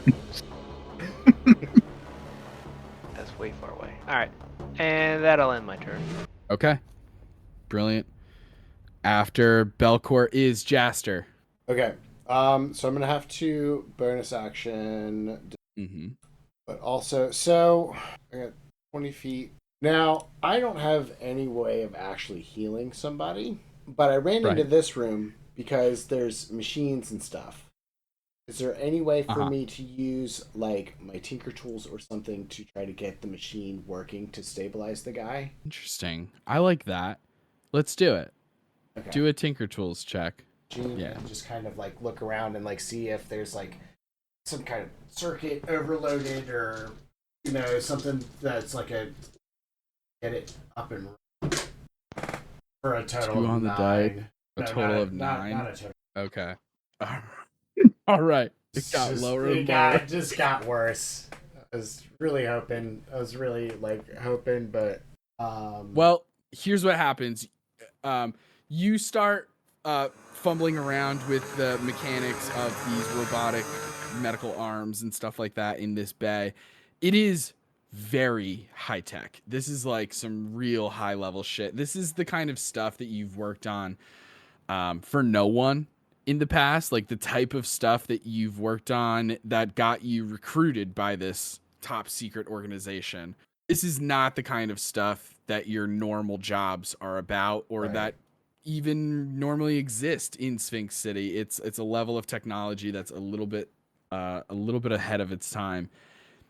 And in soldering a couple things and kind of like moving some parts around and stuff like that, you do slip up a little bit, and you just see one of the mechanical arms just kind of stab, just so small, so fast, Jeez. just so fast and so small. I can't stress it enough. Just so fast, stab, like that. it's a question. It was a question. Stab. Little speaker So, that's specifically for that command. And and he fails another death saving throw, but is not dead, not yet. Oof. All right. Oh God. All right. Well, that's everything. That's all I got. And with that, we head to the animals. This fucking snake. 5, 10, 15, 20, 25, 30. Ah, you son of a bitch. He comes into the room with ya. You son of a bitch. Hey, that's a 19 to hit. It just hit. Yeah, that is going to be 5 piercing damage as it just strikes out lightning fast, and just you feel these massive fangs just like enclose, puncture your arm almost clean through as it recoils back, and then just begins to kind of like very much like this, if you can imagine it. Very much like this. And that is the snake's turn. The bear is no more, so there's no worries there. That leads us to the scientist, though. One scientist. Actually, he doesn't have to do that. He can just go like here and shoot over the edge. Is going to shoot at Jaster. Misses, even with ape form, lowered AC. This one. Do it. Yeah, he'll take a shot. Does a 14 hit? For me, it meets. Belcor, yeah. Okay. He hits you. That is 6 piercing damage. Oh, I'm not How's doing so Belcor good, y'all. looking? Not feeling so good. Yeah. I'm about half. Oh, All feeling right. some of my blue blood in my mouth. That is that is the scientist's turn. Euland, you are up. All right. Now let's see. 10, I'm 20. lucky kind of trapped in here too. Wait. Are there doors connecting those two rooms together? The 2 medical bays? Yeah. Looks like maybe. Yes, right there here. is, as a matter of fact. Yeah. Let's see. And that guy, that ledge he's on, there's no way for me to jump up that or. Cool Apes have a ape. climb speed. You can just Yeah, we do. go up that. Hell yeah. Okay. I love that so much. So this was like kind of bad, but also not I'm digging it. terrible. But not the worst thing that could have happened. So what I'm thinking is I want to like climb onto this ledge here, pull this asshole down. Okay, I'll let you use one of your attacks to potentially do that. Okay. Go ahead and make an athletics check. As the ape. All right. And athletics is strength modifier. Good deal. That dice so far. That is okay. +3, 21. Okay, yeah, that Uh-huh. beats. Yeah. That beats my 19. I Oh, rolled really well actually, but no modifiers. So 19 is as good as it got. Okay. Yeah, you can pick him off of the ledge and throw him down.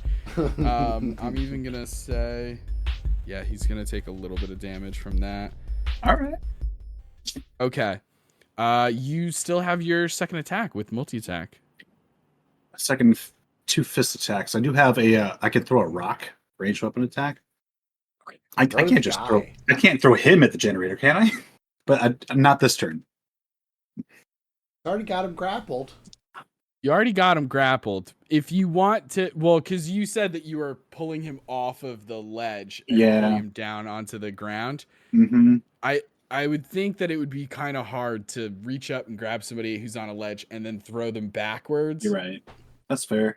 But if you want to try, I will allow it. I'm gonna say it's gonna be an athletics check again.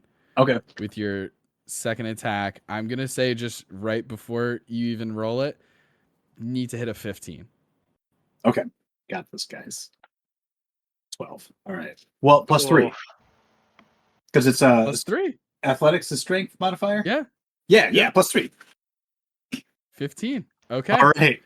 Let's do this. Bravo, sir. This guy's having a bad day. He's having a real bad day. Go ahead and roll 2d6. Okay. Got a 6 and a 3. 3. Okay. And then okay.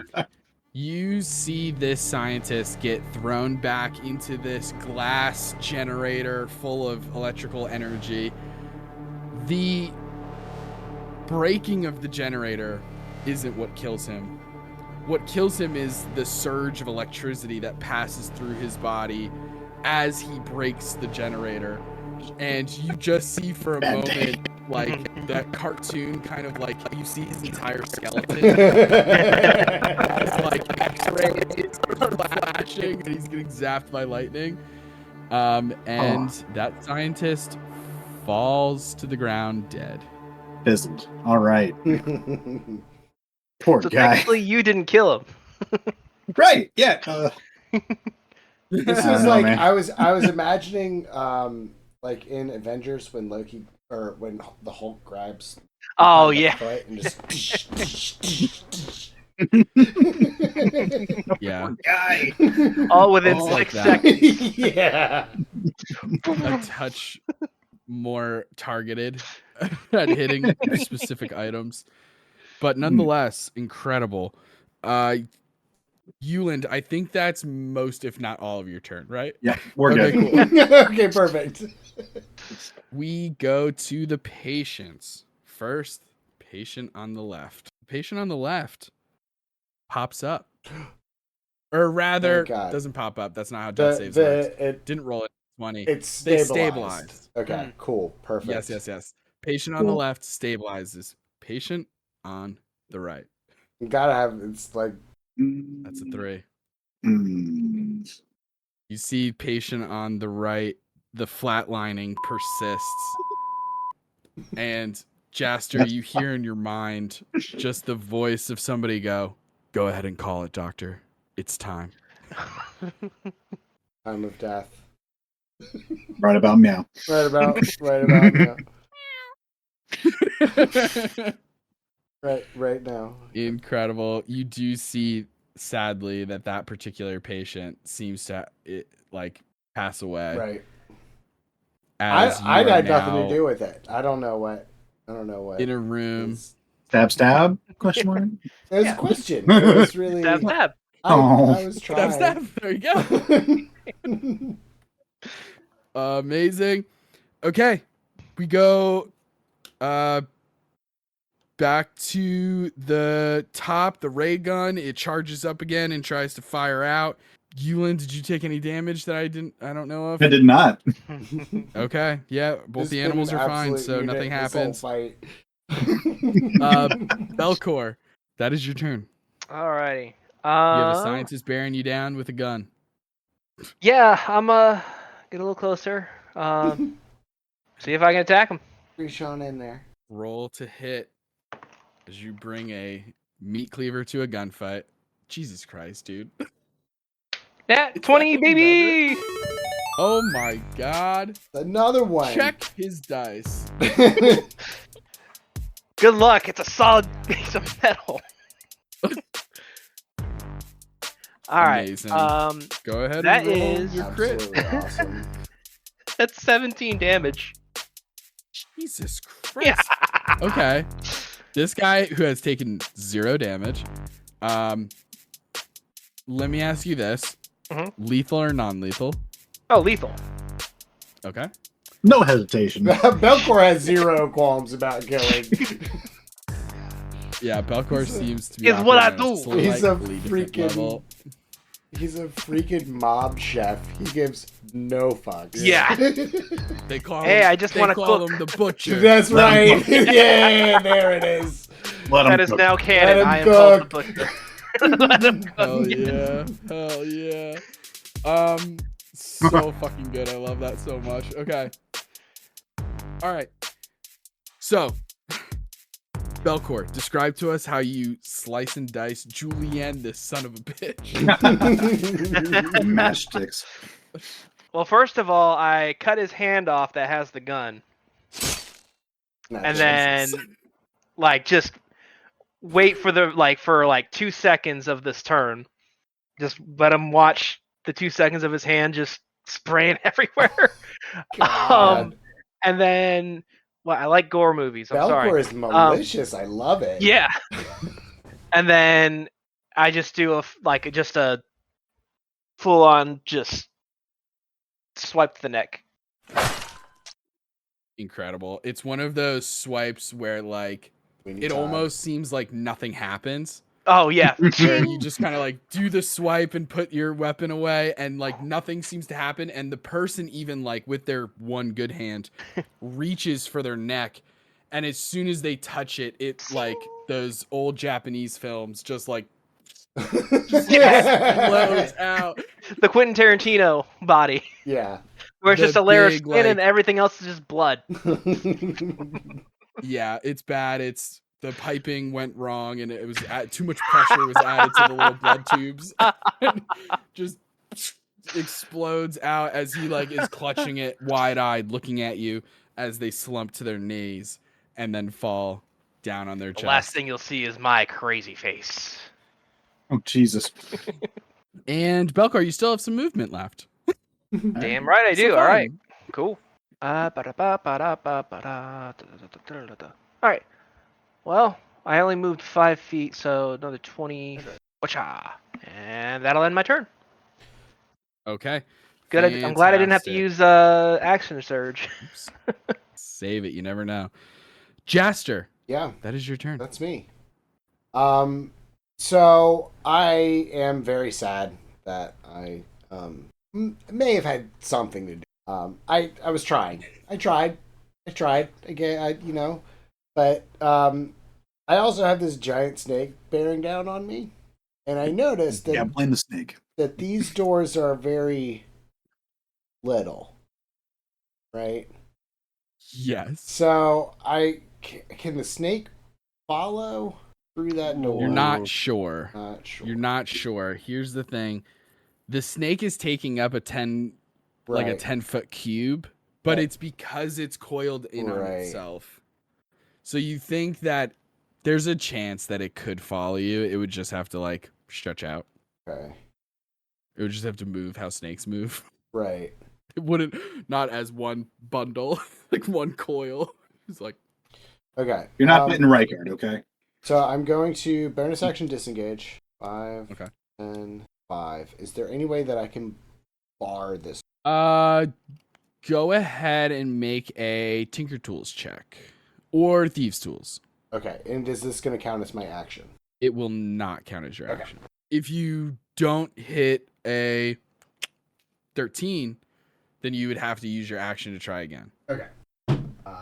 Well, I think I didn't make it. So I think rather than burn Okay. 15 in it, for a total of Total of 12. Okay. Yeah. Got it. Okay.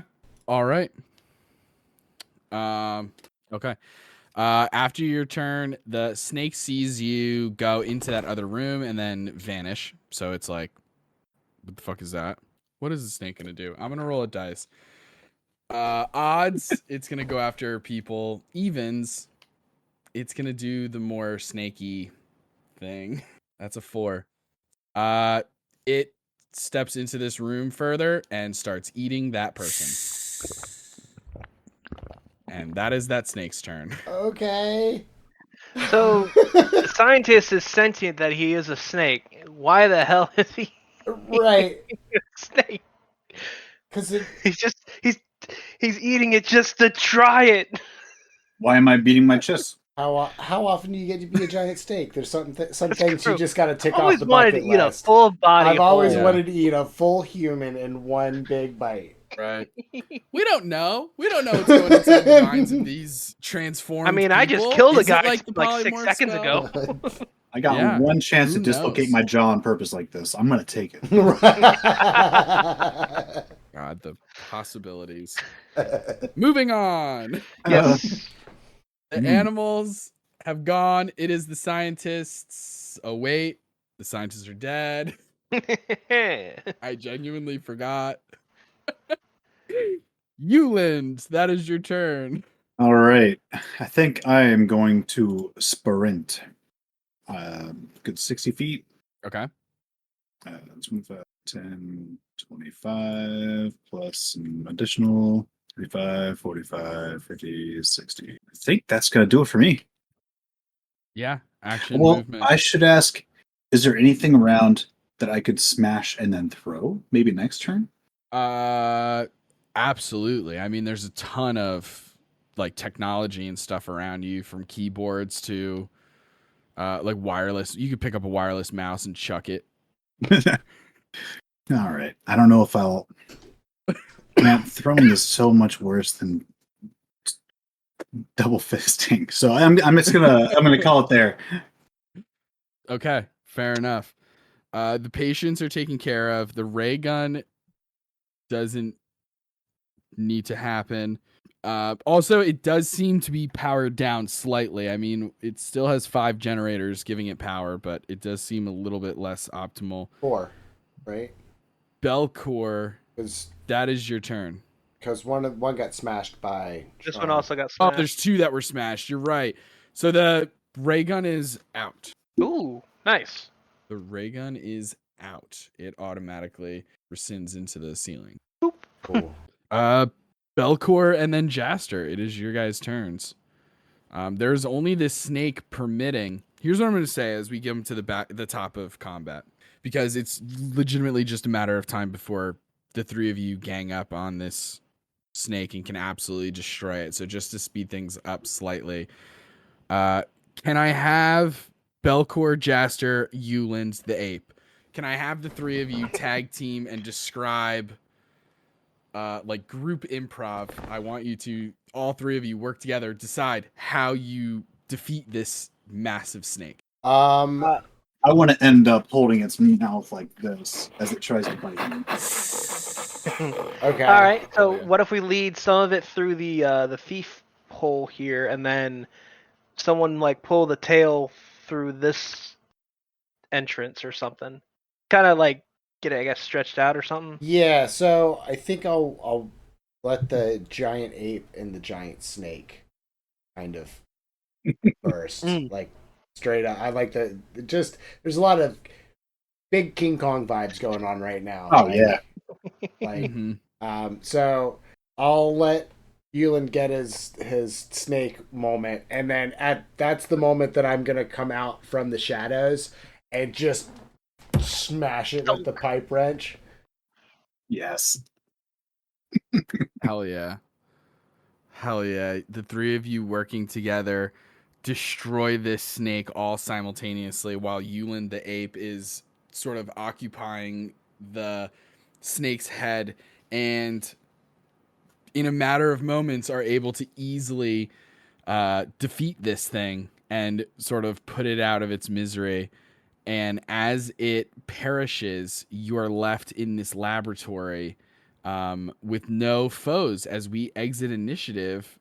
And yet your guy's friend Euland is still in ape form. So I need Jaster and Belcor. Euland, you can try. I mean, I don't know what an ape's intelligence is, but I need investigation checks, or I will allow perception. For all of us? For all of you, please. All right. Well, I'll do perception. That's positive. I got a 18 for investigation. 18, a 3. Okay. 19. 19. Okay. Dirty 19, unfortunately. This works out. Disgusting.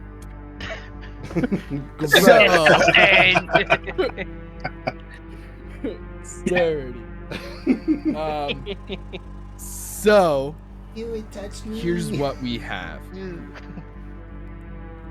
Belcor, you are able to find hidden in like one of the medical bays, you find sort of like put away and shelved and labeled. Thank God it was labeled. You find like 4 bottles labeled antidote. Okay. You also find 5 common healing potions. Oh yeah. So you can distribute those how you would like. In the way we run it, house rules, it is a bonus action to take a healing potion and you roll for the amount of healing. Although you could use your action to do it and you get full healing. You don't have to roll. It's just max healing. That's just a house rule. Now, so you find this antidote, you find these healing potions. That's Belcor. Jaster, you notice a couple of things. First, you go onto one of the computers you're looking for an antidote that way. Like as Belcor's looking for them, you're looking for them digitally through the mainframe. You're splicing, you're dicing, you're doing all kinds of tech shit. And as you're checking it out, you find go ahead and make a Tinker Tools check with advantage.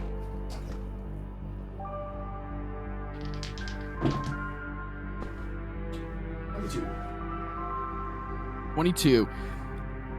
You're able to sort of hack into this computer because this computer is, yes, it's still like part of the whole work operation, but it is also much more protected just by the security of like that main door that you guys all entered in on and stuff like that. They're not expecting people to find this laboratory and therefore find their computers and check into all their data and stuff like that. You manage to hack in and you find an email. Now you can't tell who it is from. It seems to be encrypted. And in order to decrypt that, you're either going to have to bring it to a specialist or you're going to have to spend significantly more time on this. But I will let you do the equivalent of like taking the hard drive. Yeah. So that you could in theory work on it later or give it to an ally who can do this sort of stuff, like a connection that Jaster has made who are a little bit more adept at specifically hacking. Because there's, like I said, an email from an encrypted person and it mentions entering into phase 2. And it is addressed to a Dr. Monotreme. Monotreme. Anybody in the chat know what a monotreme is? I think a single water fountain. Nope. It's a tree. It is a mammal who lays eggs. Oh, Right? that's right. Would you look at that? Or an echidna. Anyway. Yeah. Somebody is emailing Dr. Monotreme using an encrypted email address, like covering their own identity and stuff like that, and is emailing Dr. Monotreme in reference to beginning phase 2, whatever that means. Mm-hmm. You also notice that you don't know when, but at some point, a silent alarm has been raised. You don't know who it goes to specifically, except that it is not an internal alarm. It's not notifying people inside this structure laboratory. It is transmitting out to some other persons, organization, what have you, an alarm. What are you all doing? That's a good question. There's dead people here. Yeah. Oh, and one of the medical patients survived. One of the patients, and there's live people here too. Yes. And we also have prisoners that should need to be dealt with. And oh yeah, Julian in is the other still room. an ape. And I'm still a giant You're ape. still an ape, right? We Yes. gotta do something about that. Yeah, I don't know what to do about that. I got nothing. I got some email stuff. Can I possibly use one of the anti-venom or antitoxins? The antidotes? Absolutely, yeah. Cool. Yeah, for sure. Okay. You bring over an antidote to an ape. And Euland, as long as you've been an ape for these past 10 seconds, truly, it is interesting in the fact that you know your friends, you know who your enemies are, you knew what you were trying to accomplish and everything like that, but you could feel yourself starting to become more animalistic. But luckily, you are given the antidote, and you all watch as Euland sheds his apely form and becomes a half-elf once again. The screaming, though. Okay, thanks, guys. All right. Jekyll and Hyde from League of Extraordinary Gentlemen. Oh yeah. What a movie. Damn right. Oh, So thank good. you. Thank you for using the antidote on me. I don't know what came over me there. Yeah. Do I remember throwing a dude into a generator and then watching his skeleton guy? You know what? Never mind. Badass, Let's man. forget that. Badass. Mm. Mm. All right. Euland, let me Mhm. get a perception or investigation check now that you're back in your normal form again and can kind of help your friends investigate this All right. laboratory. 18. 18. Yeah, You 16 on the notice die. 2 things. Number 1, that storm grate looking thing in the center of the lab, the very center, like right by your token, Euland. Mhm. You think you could pull that up. Nice. The second clue you find is sort of just like in a waste paper basket, like just so like somebody genuinely just thought that this would be thrown out and it wouldn't be a big deal and a huge potential piece of evidence. And you come across a handwritten note that is all crumpled up. It's just in a ball of paper by the time you get to it, but you're kind of just, you were a cop at one point. You're a private investigator now. You know to leave no stone unturned, check anywhere for clues. You never know what you'll find. Yeah. You go through the trash, just a simple waste paper basket in the laboratory. You find this handwritten note and uncrinkle it, and it says in quite nice handwriting, it says, Doc, DOC, comma, Doc, thanks for the device. Boss is gonna love it. Signed, Manfred Dubois. All right. Manfred Du Bois. Let's do this. Thanks for the device. Okay. I definitely let everybody know that we can lift these grates. I want to know what's down there. But let's see what's going on with this patient. Yeah. What kind of help does she need? What Yeah. can we get her? Now that I'm like human again, I can actually heal. That's very true. You head over to her. She seems fine. She's stable. She's like in a sort of medical coma for the time being, like is still unconscious, but is completely stable and safe. As long as this place doesn't lose electricity, she'll be fine. All right. For the time being, at least. Like, obviously, eventually she would need medical attention. Like, she can't stay here forever, but Right. she's good for at least a couple hours. It kind of feels like a win. What am I doing? Instinctually. Oh. All right. Yeah, you guys all go over to that grate in the center of the lab, feeling like you've exhausted almost all of the clues or information that could be in this. Without spending much more time going into the computers and stuff like that. Like, Jaster lets you know that he started to find some stuff on the computers, but it's going to take either a fully trained and experienced hacker who that is their whole jam, whereas Jaster can do hacking, but like also does a million other things. Right. Yeah, you need like a specialist and not like a general care physician. You need like the ear, nose, and throat guy. And you track down this grate and open it up, and it reveals a sort of crawl space hallway, like very tight hallway that moves in shadow underneath this lab further and deeper in. Let me have perception checks for everybody as we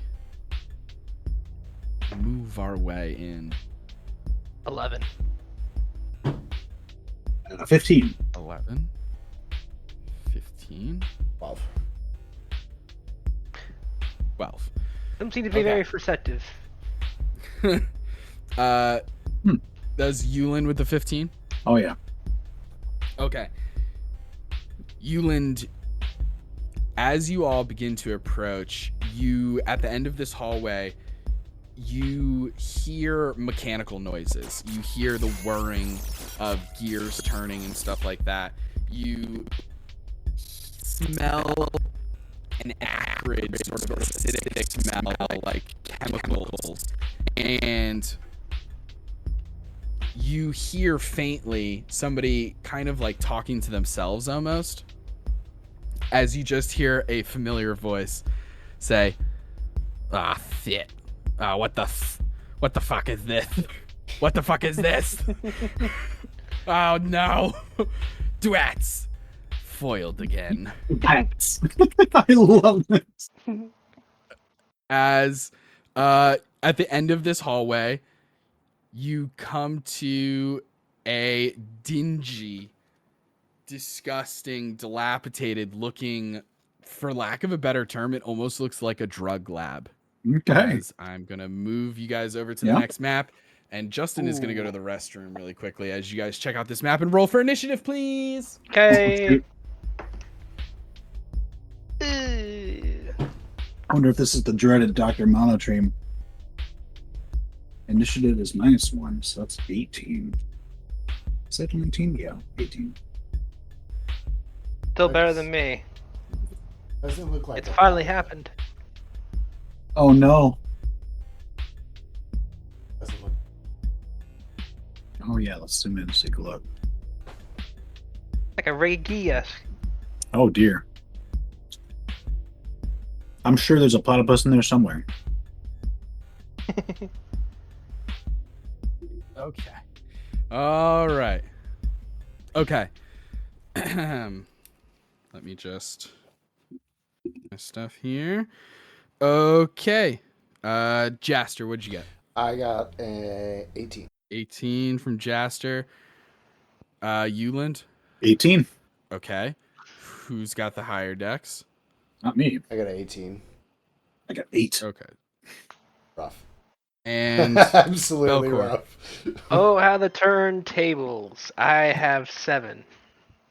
Okay.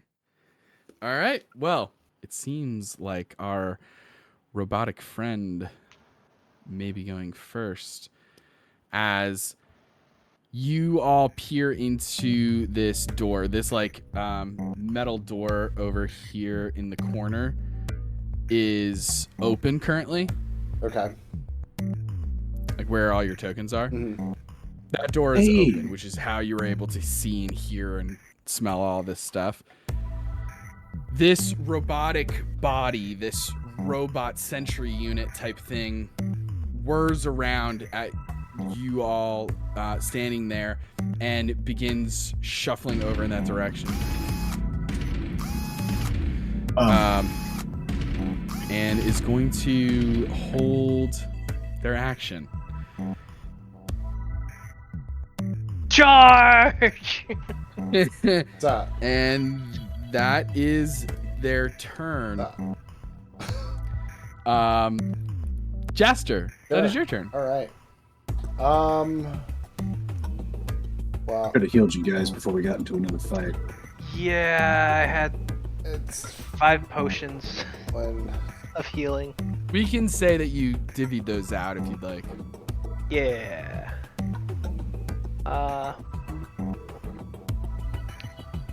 I guess I gave both of you 2 each. okay, I'll just keep the 1. just regular healing potion, commons. Yes. So yeah. Okay, so I'm gonna go ahead and close distance.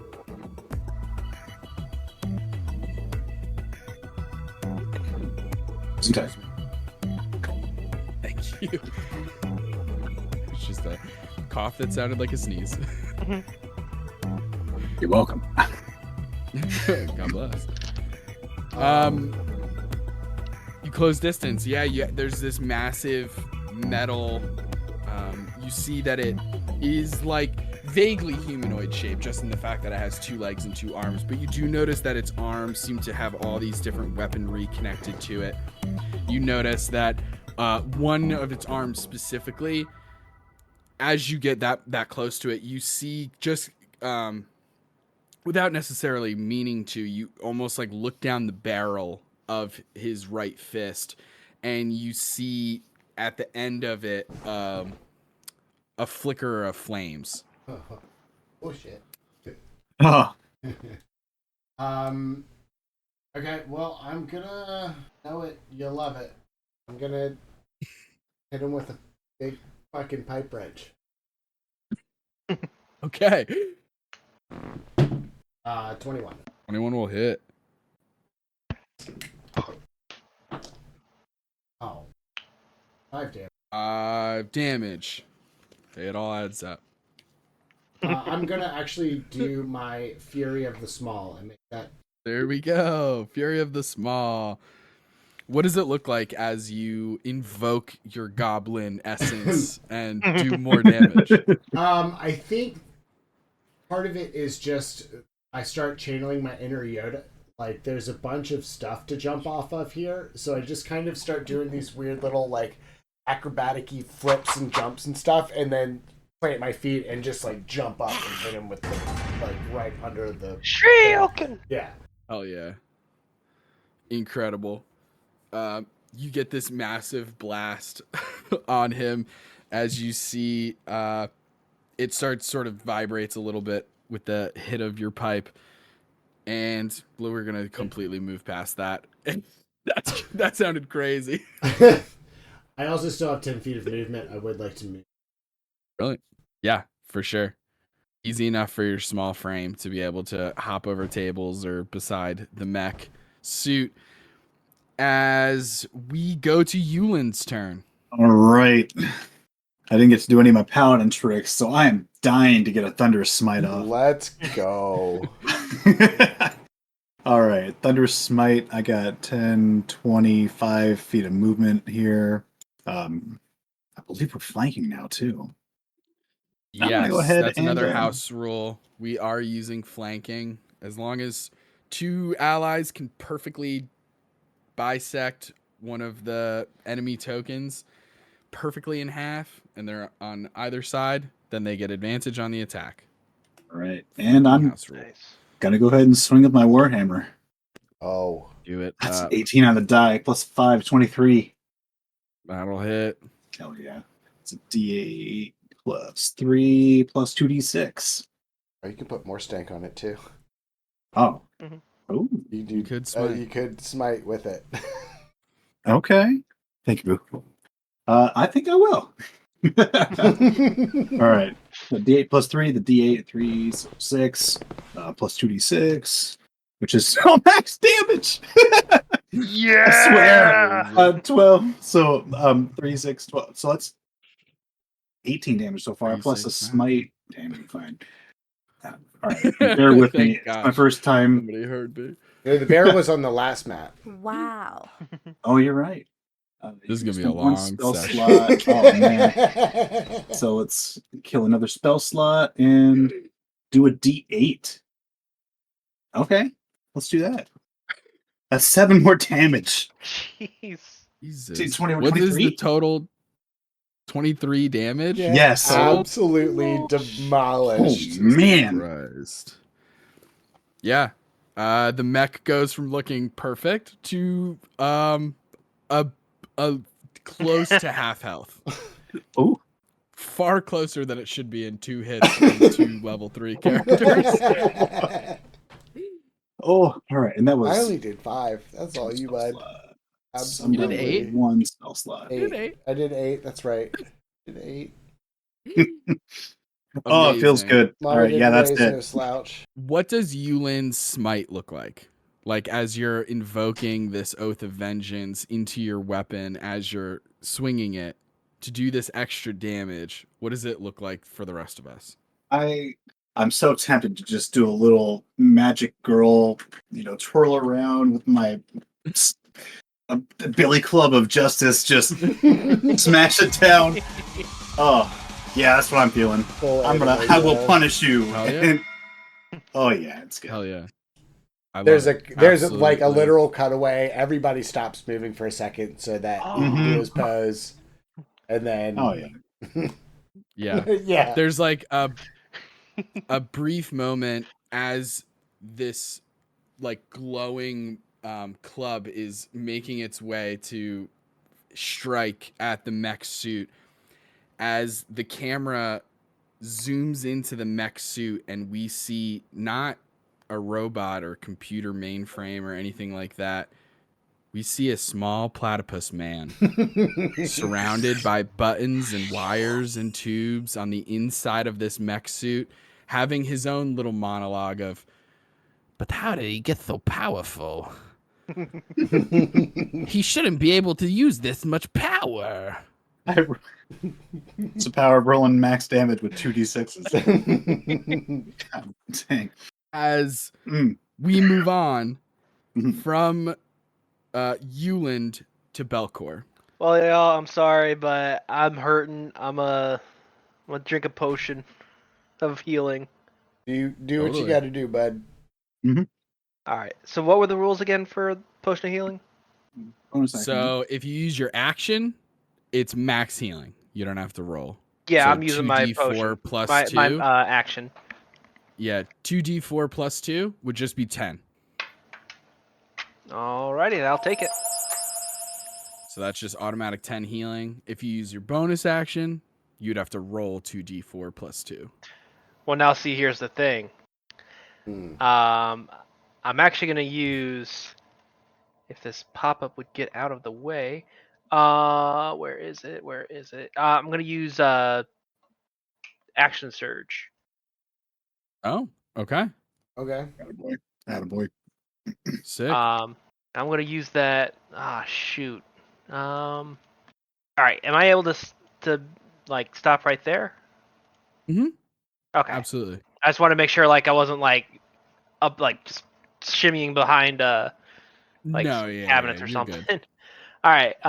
So in that case, I'll attack. Okay. Before you attack, the mech suit had a held action. Is going to release that action at this time as Belcor begins to enter the room. Jaster, unfortunately, is out of range because he is behind him. I need Belcor and Yulin to make dexterity saving throws as his fist ignites in flames and a flamethrower fires a cone of fire. Thank God you healed up before you ran all in the in your room. direction. Yeah, because Good that call. that is an 8. Dex. Oh, 7. Got it. And a 7. Yeah, it's Wow. -1. Bold. Mm. Bold of you. Mm. You both take 20 points of fire damage. Oh, I'm down, y'all. All right. Excuse the fuck out of me. Okay. Okay. I'm living. I'm hurting. I'm living. Literally letting me cook. Ow. No joke. Ooh, all right. The chef's Oh my poached his last God. egg. Look, do I have anything? Reaction. Poached his last egg. Oh, goodness. He thought this goose is cooked.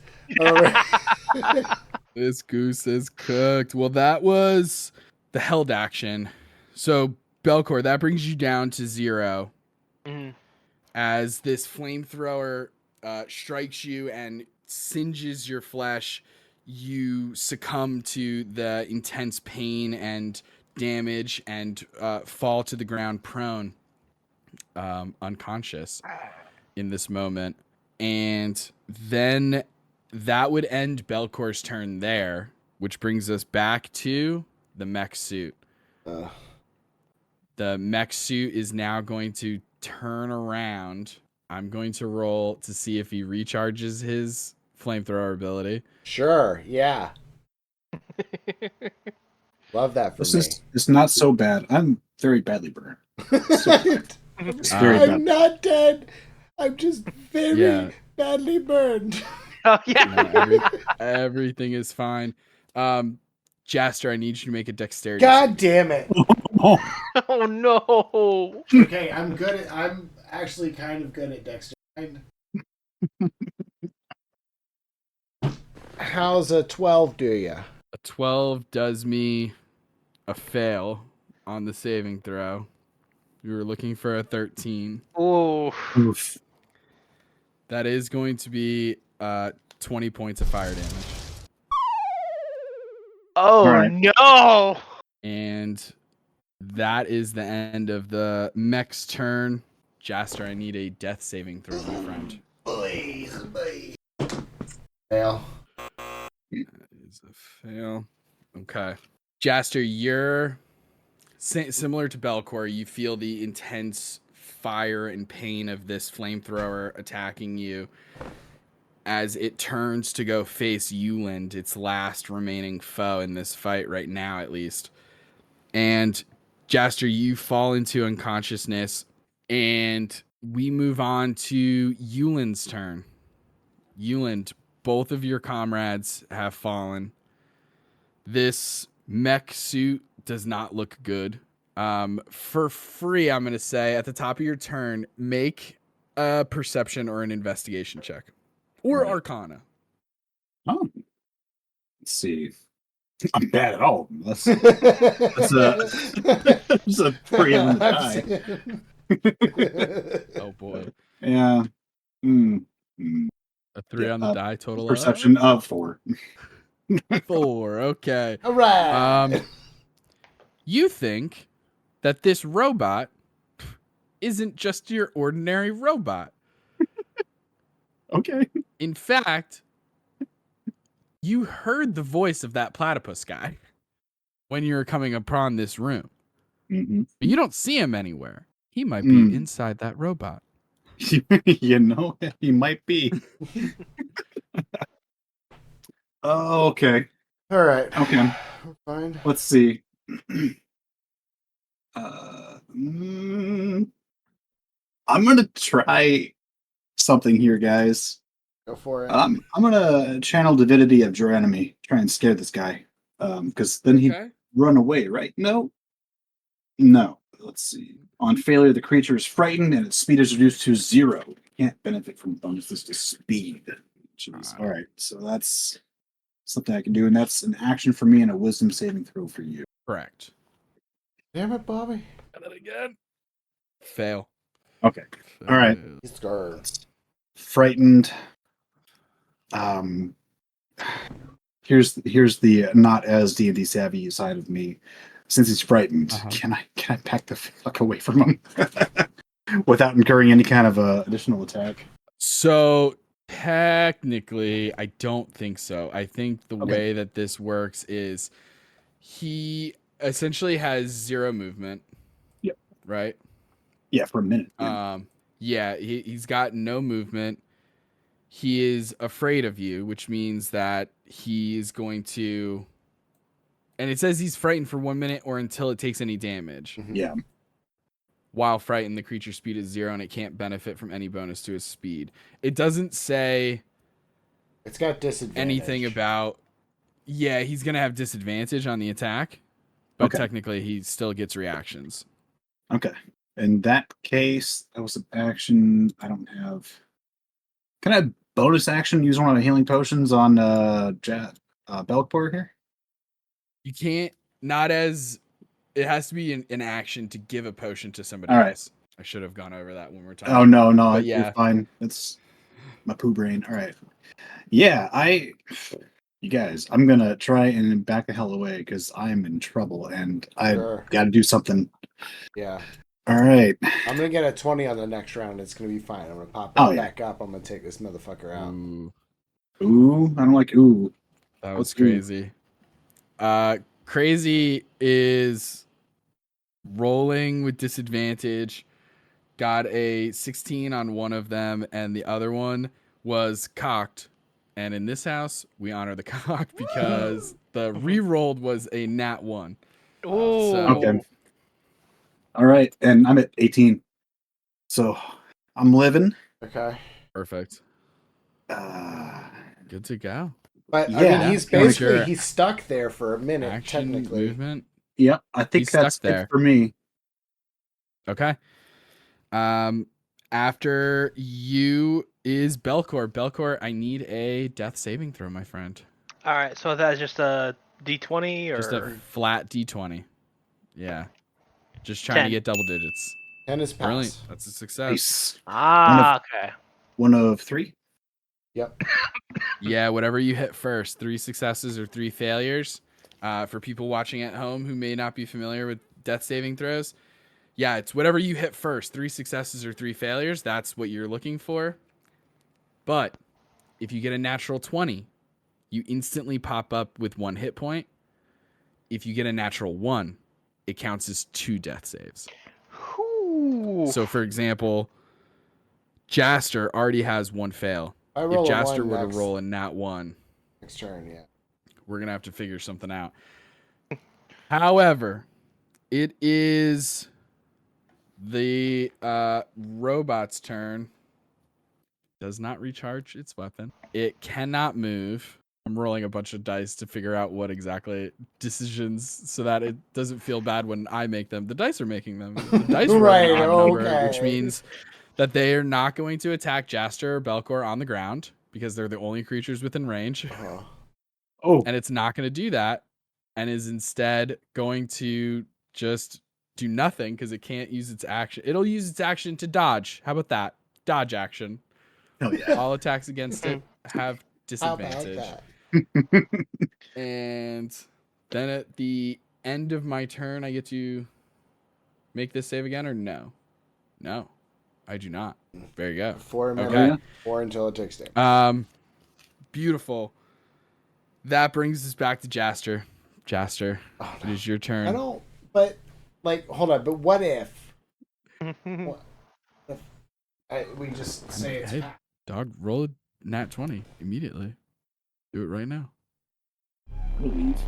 I believe. Oh no. You didn't. No. It can't be. No. No. No. It can't be. No. No way. It happened. Oh no. Okay. Okay. Interesting. Bold. Unexpected. Raconteurs. How interesting. We're gonna figure it out. He's going. I'm gonna slightly move along just because of where we're at time wise.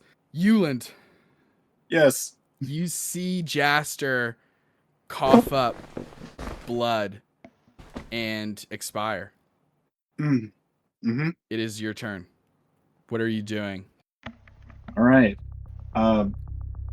First off, I'm still very badly burned. I'm afraid to get near that guy. I need to get Belcor out of there.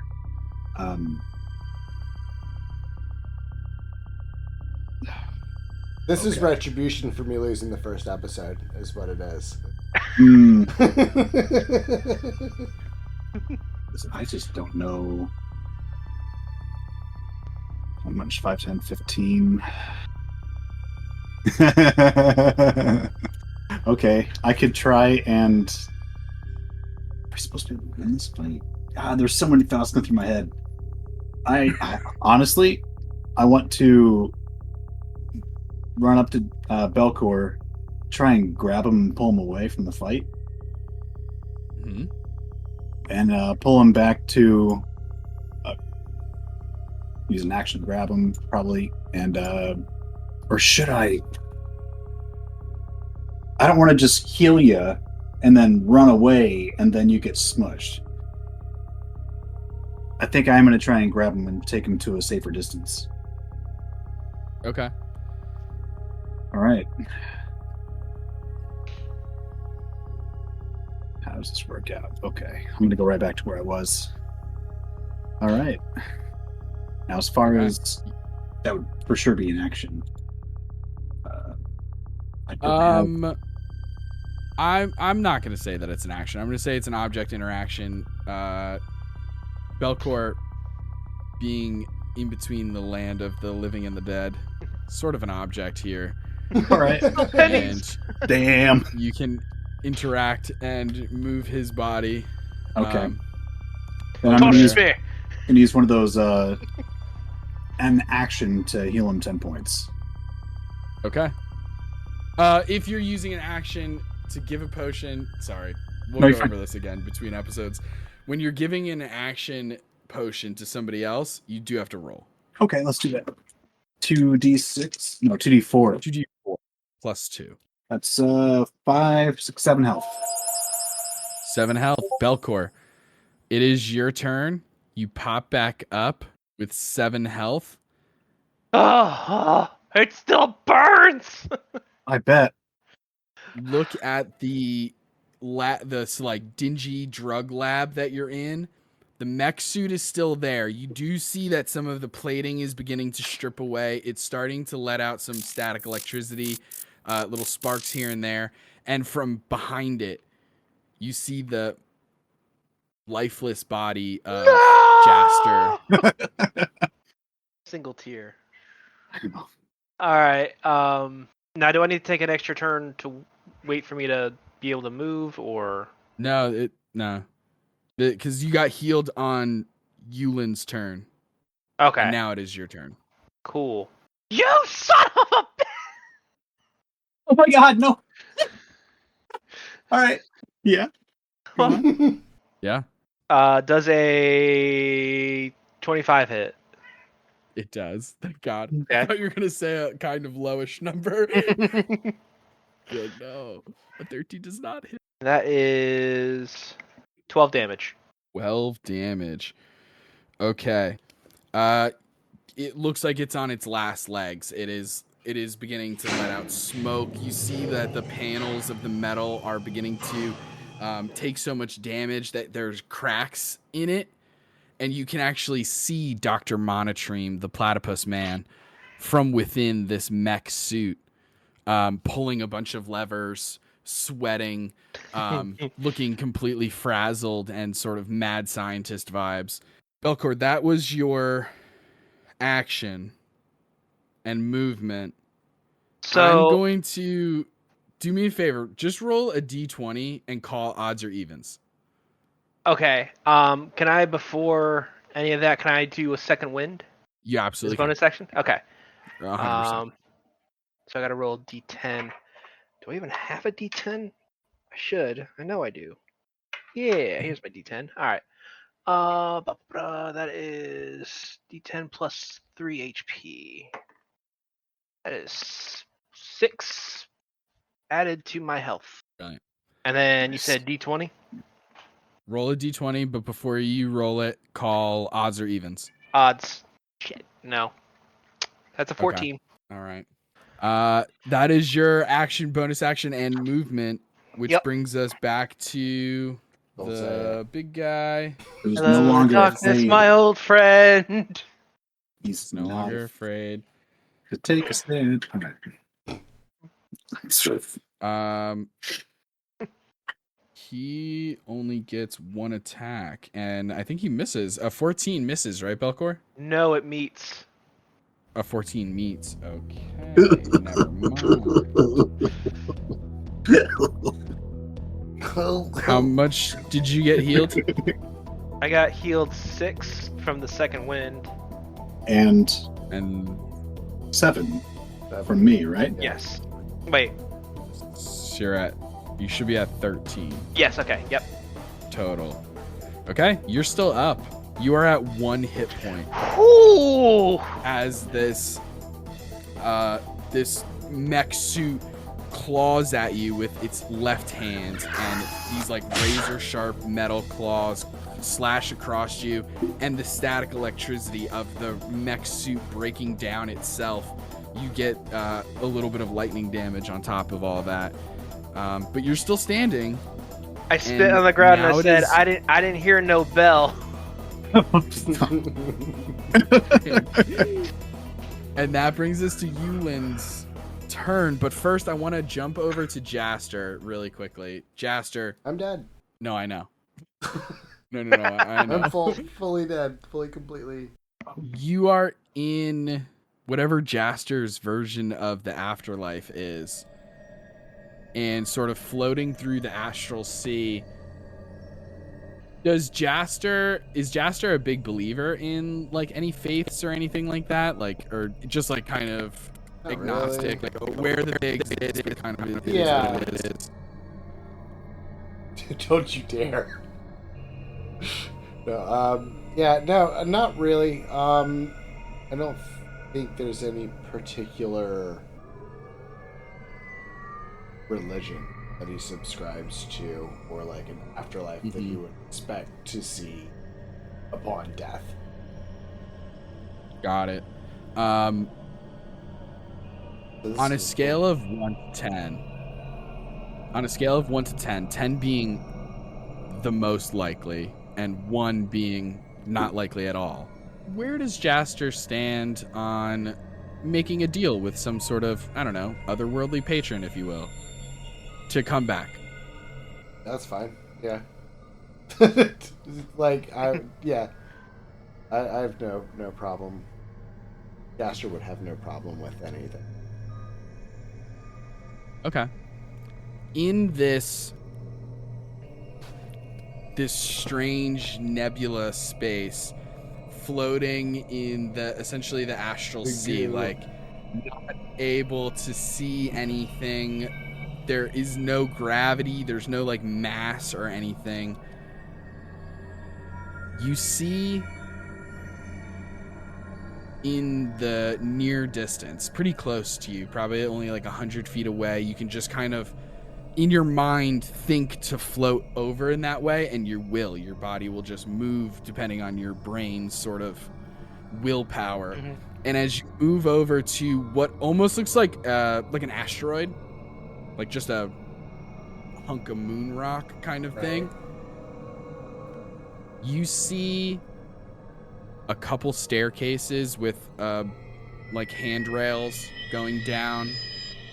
You see some picnic tables that seem to be sort of set up in a certain way. And you're looking at all this different stuff, this like mundane things that you would see out on the streets. And you see a wicked, awesome skater pull a 540 flip, goes into a dark slide grind using the grip tape on the underside of the skateboard to go down a rail, flips that into a pogo stick where he's like holding on to the wheels on top and his feet are on the bottom wheel, and he's kind of just using it almost like a pogo stick as he uses his hand and does like a hand kick flip and lands on it. Looks over at you and says, "Whoa. What's up, my little dude?" I think I died. Oh shit. I'm sorry. I hate that for you. Do you want to like not die? Fuck some shit up? Sure, yeah. I mean, I'd love to not be dead. As soon as your fists touch, you catapult back into your body. And the last thing you hear is this sultry sort of California voice kind of speak to you and just goes, "The name's Mullen, dude."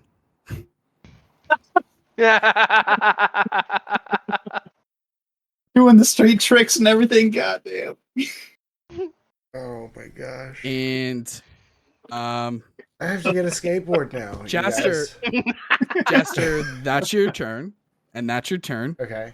Euland, Yo, it's your turn. all right. I'm still at 3 hit points, y'all. I have one more spell slot. Can I stand on Jaster's as of yet, I think, dead body? You kind of like shield him, you mean? What? No. More like no. Height advantage. I will. How far is that? Is that 25 feet? So funny. 25 feet. I do want to move there. Okay. Move here. I need to I had some pretty good luck with the smite last time. I definitely want to try another one. Do it up. Let's see. Paladins get 1 channel divinity per rest, right? Sexy. I'm just thinking of that song too. The other one that's like, "What if God was one of us? Just a skater like one of." Kind Oh of my God. rad, like one of us. He's trying to grind his way home. Blah, We blah, get it. blah, blah, blah, blah. Real quick, channel divinity. Paladins only do that once per rest, right? Mhm. Once per rest, correct? Even though we have multiple different types, only one per. Correct. Okay, cool. Then This yes, is I will go ahead and do a smite. I think I'll do Okay. a thunderous smite because this guy's all kinds of mechanical. Do it up. One still slot. Let's roll to attack. Fingers crossed. Fuck, that's a 2. Ooh, 2, that's a 2. Plus 5, 7. So now that you've got 2 that, is gonna miss. Yeah. now that you've got that up though, it's just the next melee attack that you hit Oh. with. So you Okay. don't lose Yeah. it. So you Under just, smite will still be there. yeah. Let's see But, how it works. Um, I do still have a bonus action. I want to use one of my health potions if that's cool. absolutely very cool. As you're rolling the healing on that, Belcor, that is your turn. This guy is not looking good. All right, let's do this. Healed myself a 5, by the way. Very good. That was the healing for Euland. Oh, gotcha.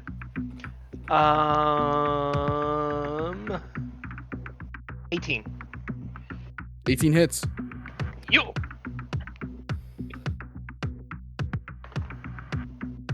That is 11 damage. 11 damage. Describe how you take down this fucking robot as I So, go to the bathroom ins- again. So Instead sorry. of using my sharp end of the cleaver, I actually turn it around to the blunt side.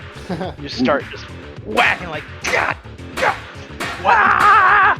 'Cause I still think you're dead, Yeah. Jaster. I still feel bad. So I'm like, God! I'm feeling some serious, like, this printer was jamming. And Oh. we're... Oh, man. But yeah, I got scared there, guys. to the point where Oh my I guess God. I love the platypus until he's too evil. What eat the fire damage? That's fine. We survived. We lived. Did Yeah. we though? where I'm just scarred with just freaking 3rd-degree burns everywhere. Yeah, I'm looking like the ghoul from Fallout here. Oh, Like- yeah. So, as Belcor, correct me if I'm incorrect, you're lethally killing Dr. Monotream. Damn right. Okay. As you destroy this mech suit, pull out this platypus doctor, and finish him, you search his body and manage to pull off a cell phone out of his jacket. Okay. And we will get into what is on that cell phone next time as you all begin to hear police sirens upstairs. Time to go. And that is all for this week's episode of Sphinx City. Thank you all for Yay. joining with me. Thanks to everyone in the chat. Lovely to see you all and be participating and stuff like that. We almost lost a PC, but we did it because quick thinking. Rodney Mullen. Because Rodney Mullen. Because it just exists. Mullen is a deity in my game. He is the patron of freedom and just doing whatever the heck you want, sort of. Sure. So, I mean, I'm assuming there's going to be strings attached to this now. Oh, naturally. Naturally. Of course there is. Okay. Of course there is. But we're gonna kind of figure those out on the go a little bit. I originally okay, well let's hold on. Let's get into everything really quickly before we get into table talk and stuff. Right. So, first of all, thanks to everyone for listening and for joining us and everything like that. And be sure to check us out every single Thursday at 7 p.m. Eastern Standard Time on Thursdays for June and July. That's going to be Sphinx City Run with this incredible cast of characters. and we're gonna have so much fun continuing to check out this mystery and see where all these clues lead, and check out all the different things that Sphinx City has to offer. And then also follow us on TikTok, Instagram, YouTube, obviously Twitch. We have a podcast, we have a Patreon. It's pretty much So You Want to Be a DM everywhere. Yeah. The podcast technically is called So You Want to Be a Dungeon Master. I was afraid that people would search us and they wanted to be district managers. So I made it Dungeon Master. It makes the title way longer. It's a whole thing. It's a whole thing. But anyway, thanks so much for joining. I really appreciate it. I hope you guys all had fun tonight. Oh yeah. Hope you guys